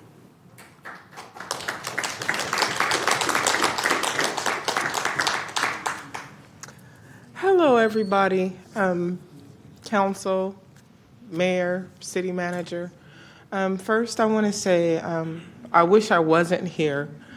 I am actually a resident in District 8, and unfortunately, I've had some issues that I've tried to resolve, and I've not received any feedback at all from reaching out to the mayor's office, my district. I am a court-appointed LPS conservator, and I have experienced not receiving the equal protection under the law for my conservatee, which is also my child. She's gone missing. She's been denied the ability to be listed as an at-risk missing individual. She went missing for over 8 months. I was laughed at by officers, by sergeants, and things of that nature. And my baby almost died because she was not searched for. And I've also run into that a lot of people in law enforcement and in the medical field do not know what an LPS conservatorship is when we are having a mental health crisis. And because of that, she does not receive the justice that she should. When I'm fighting for her, I get demonized, retaliation from hospitals because I exercise my rights and do my duty in efforts to protect her and make sure that she's getting adequate treatment. And I would like for them to be educated and someone to reach out to me so that I can get resolution with these issues. Thank you for your comments. Our next speaker is Francis Liu. Amen. Thank you. Next speaker is Francis Liu. Following Francis is Hassan Badran, Rhonda Rios Kravitz, then Marbella Sala.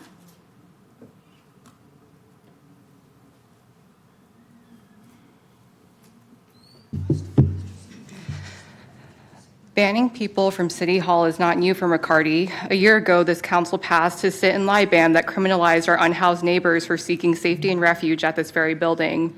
And for months, he and Talamantes have attempted to silence community advocates who have been pushing for stronger sanctuary policies. Karina, you are not a victim. No one at the last week's meeting threatened you and your family. Stop slandering community members in a failed attempt to salvage your reputation. That is abuse of power and a refusal to take accountability. When we enter this room to give public comment, we are risking our safety. We know that the security guards are here to serve you, the people in power, and we don't trust these security guards, especially when some of them are the exact officers that have been assisting ICE agents outside of John Moss. Many people were disrupting last week's meeting because you chose to sell out the privacy and safety of Sacramento residents, particularly our immigrant community. McCarty, Talamantes, Kaplan, Dickinson, and Jennings, shame on you. And Eric Guerra and my representative, Phil Pluckybaum, you were too cowardly to even show up for the vote.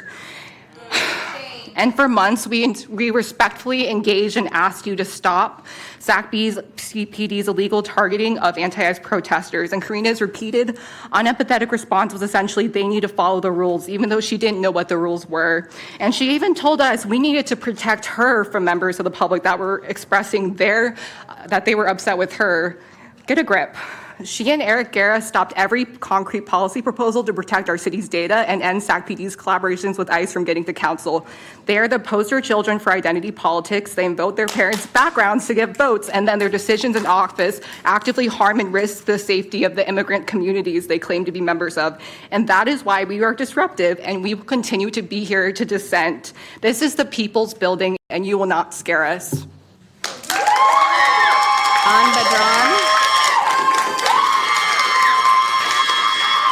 Hassan Badran is Rhonda Rios Kravitz. I don't see Rhonda. Marbella Sala.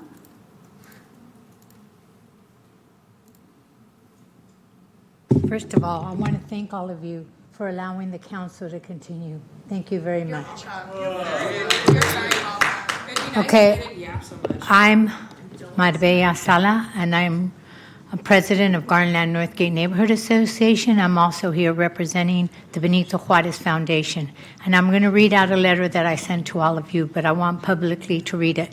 The harmful treatment directed toward Vice Mayor Talamantes is unacceptable and carries serious implications for the Mexican community she represents and to the many residents who see her as leadership and an important reflection of their voices, experiences, and contributions to our city.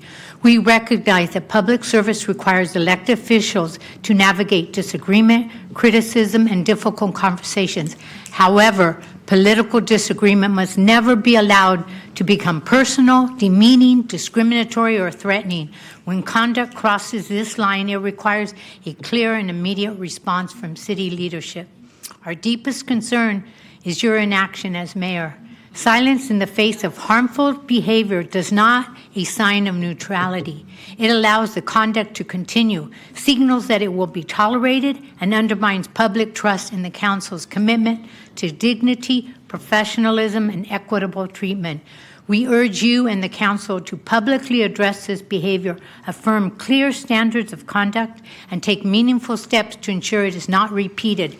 Every elected official should be able to serve with respect, safety, and civility. This moment calls for leadership, not avoidance.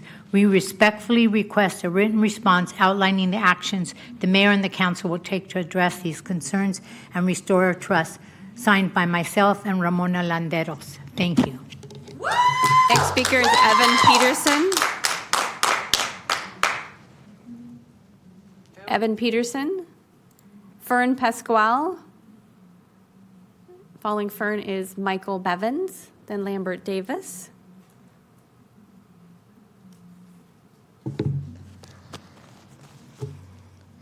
Across our country, ICE federal agents are terrorizing our friends and family members. Anyone they racially profile as possibly an immigrant. In just 8 days, 3 men were pursued and murdered by ICE agents alone. Lorenzo Salgado Araujo, Juan Sebastian Duran Guerrero, Juan Jairo Coronilla Duran. It is important to remember that not one of these men even had a warrant for abduction, that they were not even on ICE's hit list. But because of their complexion, when ICE agents came across them, they were attacked. Then, as usual, ICE, a federal agency, tried to cover their tracks with weak lies. These aren't outstanding incidents. This is the modus operandi for our nation's poorly trained, highly racist enforcers. Enforcers who are weaponized against us and the fundamental values our country stands for. And now, this city council, our city council, chose willingly to share data of those who call Sacramento their home with these homeland terrorists for a few extra dollars. These agents in city after city illegally access surveillance data to fuel their witch hunts. Yet you expect us to believe that some milquetoast safeguards you draft up will stop that data from being used against us? I'm sorry, council members, but your constituents are not that gullible. This would not be the first fusion center in California. We know they are not for fighting terror, but rather using an inflated sense of crime and terror as boogeymen to target the people.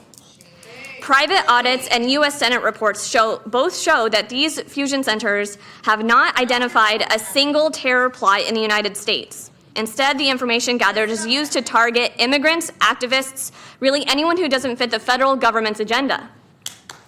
This is what you're bringing home. But you can tell from the crowd outside that we will not stand by while you try to make this happen. Next speaker is Michael Bevins. Is Michael Bevins here? I don't see Michael. Lambert Davis, I don't see in the room. There he is. Mr. Davis is next to speak, and then Sebastian Hart. Hello, my name is Fern Pascual. I come here as a concerned Sacramento citizen and an organizer with the PSL. On July 21st, as you know, there was a vote to approve $800,000 in federal funding towards Sacramento PD in participation with Central California Intelligence Center and sharing Sacramento citizens' data with a fusion center that would facilitate federal agencies such as ICE. My issue with this is that there are already ongoing realities of people continuing to be negatively affected by ICE through their misuse of power, inaccurate use of information, and overall lies to cover up their brutalization of citizens.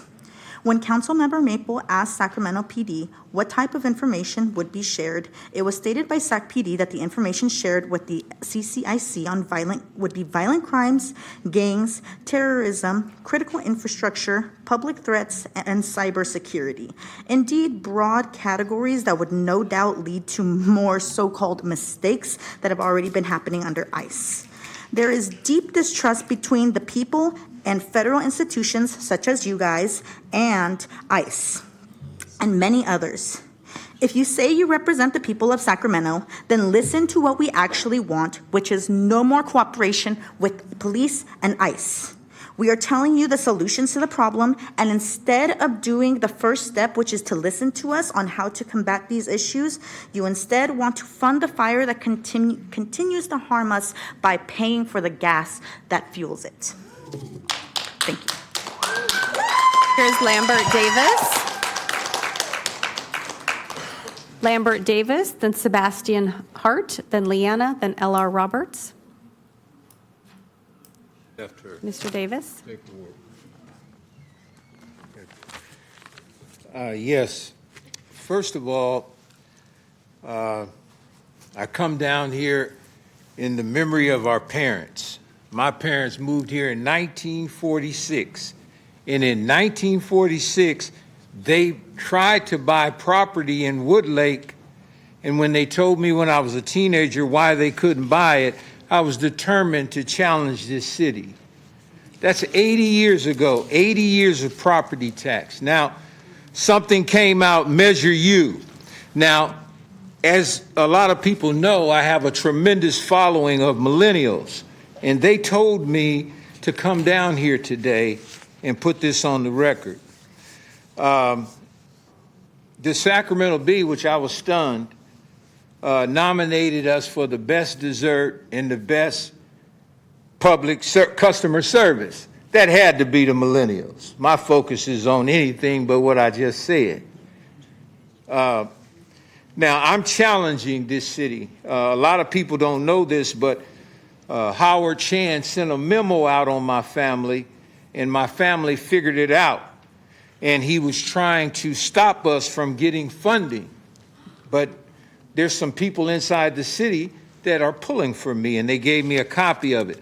I'm challenging this city now. We now have a manufacturer in Southern California. We have everything we need except Measure U funds.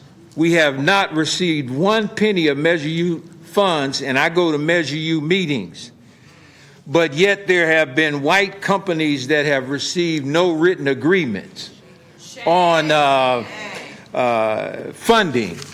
That's an insult to a business that cannot get funding, and yet others can get no written agreements. And they say it can't be. Thank you for your comments. Your time is complete. Our next speaker is Sebastian Hart. Sebastian Hart is our next speaker, then Leanna, then L.R. Roberts.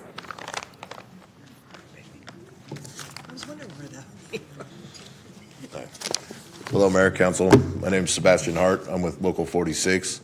I just wanted to come and share some of our core values and what they've done for me. Apprenticeship pretty much allowed me to be able to be flexible in the trades, learn several different trades. So when one aspect of the trades was short in my area, I could go do another. Healthcare, I have great healthcare for me and my children. A livable wage. You know, I'm able to have my own house. My kids all have their own bedroom. I have great retirement. And I thank you for your time. Thank you. Next speaker is Leanna.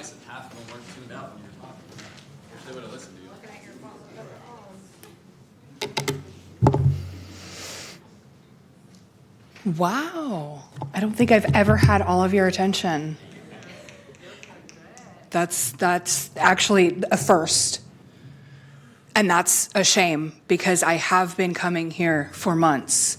I have been exercising decorum. I have asked you over and over to please step in because you do have that power. You are choosing not to. You are choosing not to listen to us. You are choosing to play on your phone. You are choosing to look down and do other things and have other conversations. You are not choosing to listen to your constituents.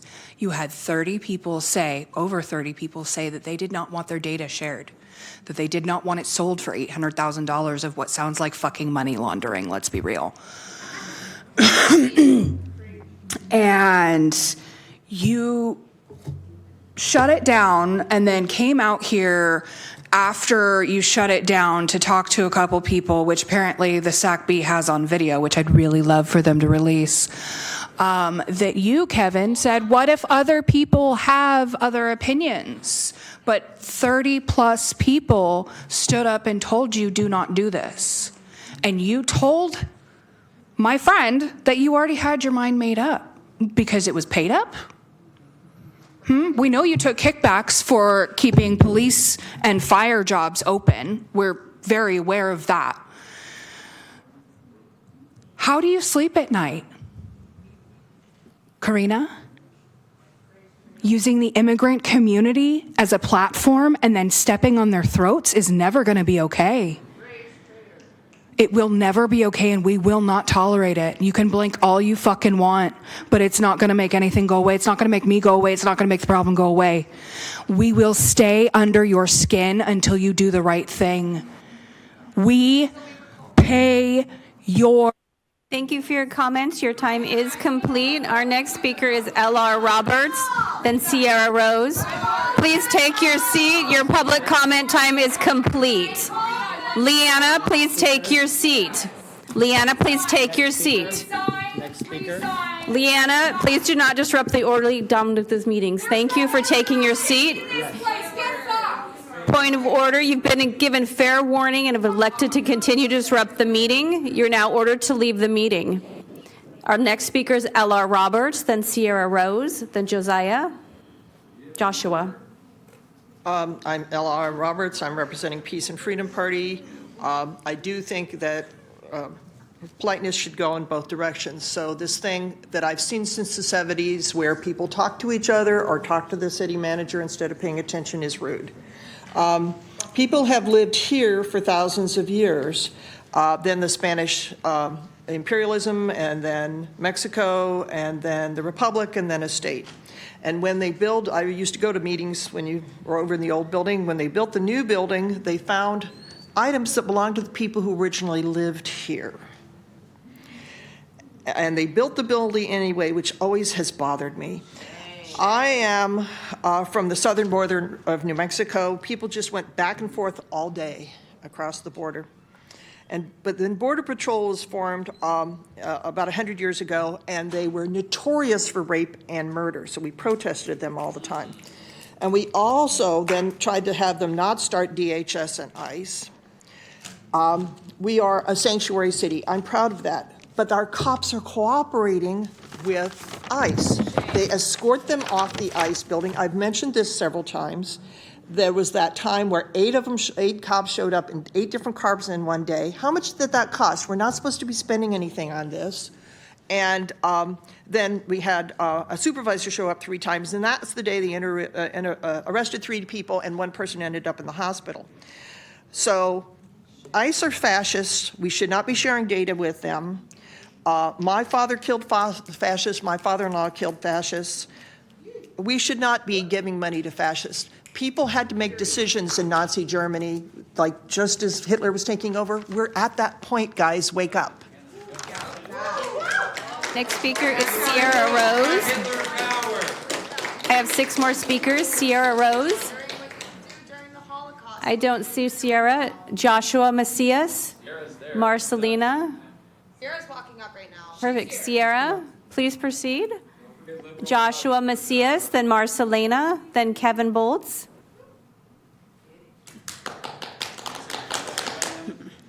So I was actually there that day when Sacramento police escorted ICE vehicles, not even only ICE, G4S, a private security based out of Britain, mind you. When they escorted ICE down the road, we had 8 to 9 squad cars show up. And you know what they did the next day? They did it again. And then the 3rd day, they did it again.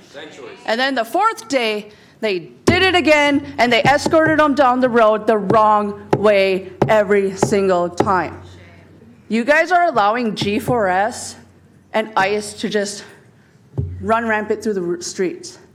You're a traitor to your race, Karina. I'm gonna just say it flat out. You are a traitor to your race.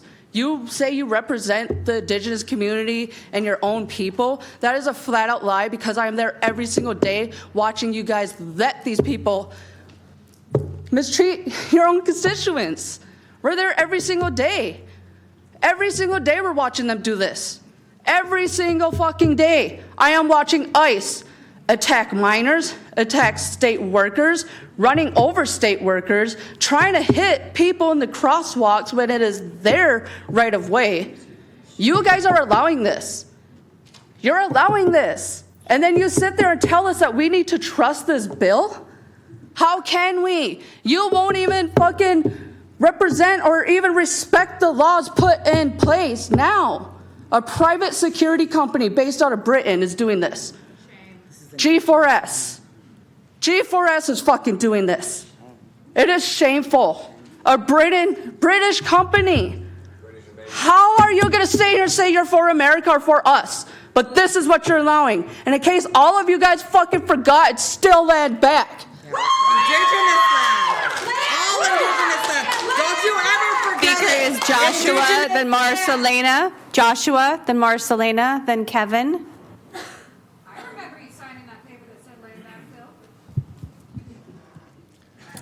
So the first time I was up here, what really stood out to me was the land acknowledgement right into the Pledge of Allegiance. Completely disrespectful, totally shameful. And what did I tell you guys when I was first up here? You're all a bunch of hypocrites. Now, some of you actually do your job.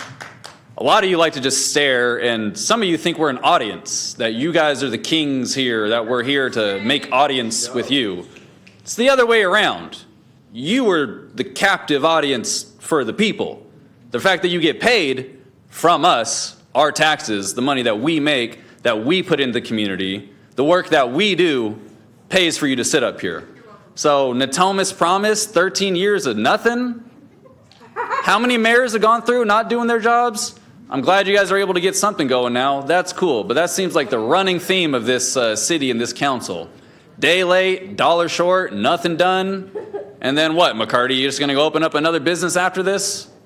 I mean, that's what you guys love to do, right? Be here for your term, collect all that money, and then fuck right off.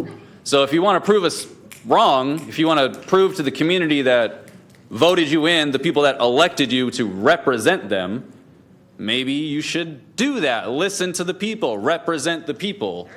McCarty, you came out here when the cameras were still closed and wanted to tell me, do you ever think people disagree with you? Well, instead of making up straw man arguments and imaginary people that might disagree, why don't you listen to the people that line up and spend their entire day here and their free time? We're not here getting paid to tell you how we feel. But instead, you guys want to look at your phone. You want to get caught up on a hot mic moment. Karina, you said you wish you can go up on the dais and say fuck ICE. You can come up here and say fuck ICE. But if you're going to lie to me in my face and be there with Senator Ashby for Maria Estrada's press conference and not walk to the end of the block to see the Camp for Justice where she was abducted because you parked over there. Come on. Thank you for your comments. Our next speaker is Marcelina. Following Marcelina is Kevin, then Rob. Wait, did you say Marcelina? Marcelina. Okay. Hi, my name is Marcelina, and I'm a volunteer organizer with the Sacramento Immigration Committee. We are a mass immigrants' rights organization that door knocks in South Sac, where Myvang and Katy Maples districts are. We pass around Know Your Rights info and are building community defense in response to ICE, because we know this council will not do anything to keep us safe.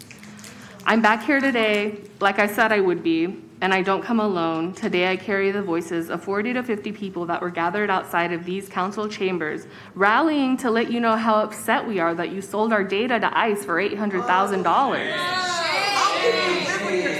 We're also outraged at how you handled dissent here in these chambers. And Karina Talamantes, not only do you try to ban us, but you also make up lies that we threatened you. You really are a Karen. Another claim for your own safety of a danger that you cannot prove.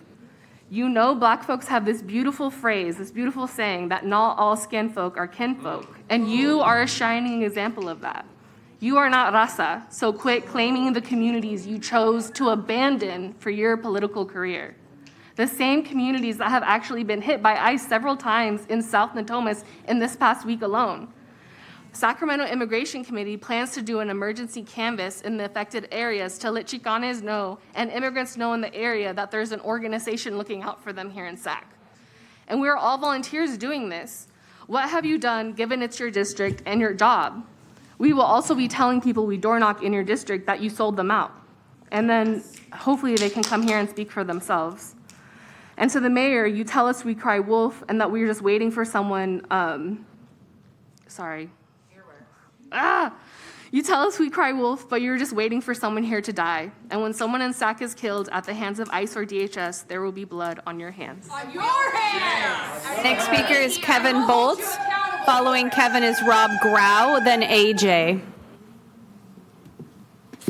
All Zionist politicians will be considered pedophiles henceforth. To quote JFK, those who make peaceful protests impossible make violent revolution inevitable. See, I got an issue. I don't understand how a 10-year veteran of the California House of Representatives forgets what the fuck the Brown Act is for 6 months straight. Continuing a legacy of this council that involves violating the Brown Act under Darrell Stanberg, lying about where Sean Lowley lived, and continuing to defend pedophile Kevin Johnson. I also failed to see how Vice Mayor Hot Mike Mama thought it was pertinent to act like Donald Trump minutes after voting to hand him all of our fucking information. Those police campaigns donations seem to be paying off. So I ask you, wise counsel, what should we as a community do? Because you know what I think we should do? What you wanted to do to us. The exact same thing. Throw you out! Oh, no, not throw you out. Track, surveil, observe, follow. Who do you meet? What do you do? Where do you go? When do you go? And since you wanted to sell our info to a hostile entity, maybe we should do the same fucking thing with your information and see how you like it. Because following people around, documenting what they do, and then selling it certainly isn't a problem. You pearl clutch over disruption while ignoring police violence. You demonize dissent while refusing to listen, and you flat out do not care. I stood here 7 years ago and said you're all terrible officials and worse people. Nothing's changed. I also used to tell Daryl, if you don't listen here, we can go somewhere you do listen, which is where you live. I said that, and some of you had a face. That was telling. So what's wrong? You don't like that idea? It's not fun?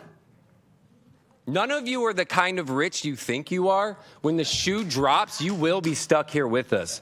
Thank you for your comments. Our next speaker is Rob Grau. Rob Grau. Is Rob here? Rob Grau, last call. And I have one caller on the line. AJ A. Please make your comments. AJ A, please make your comments.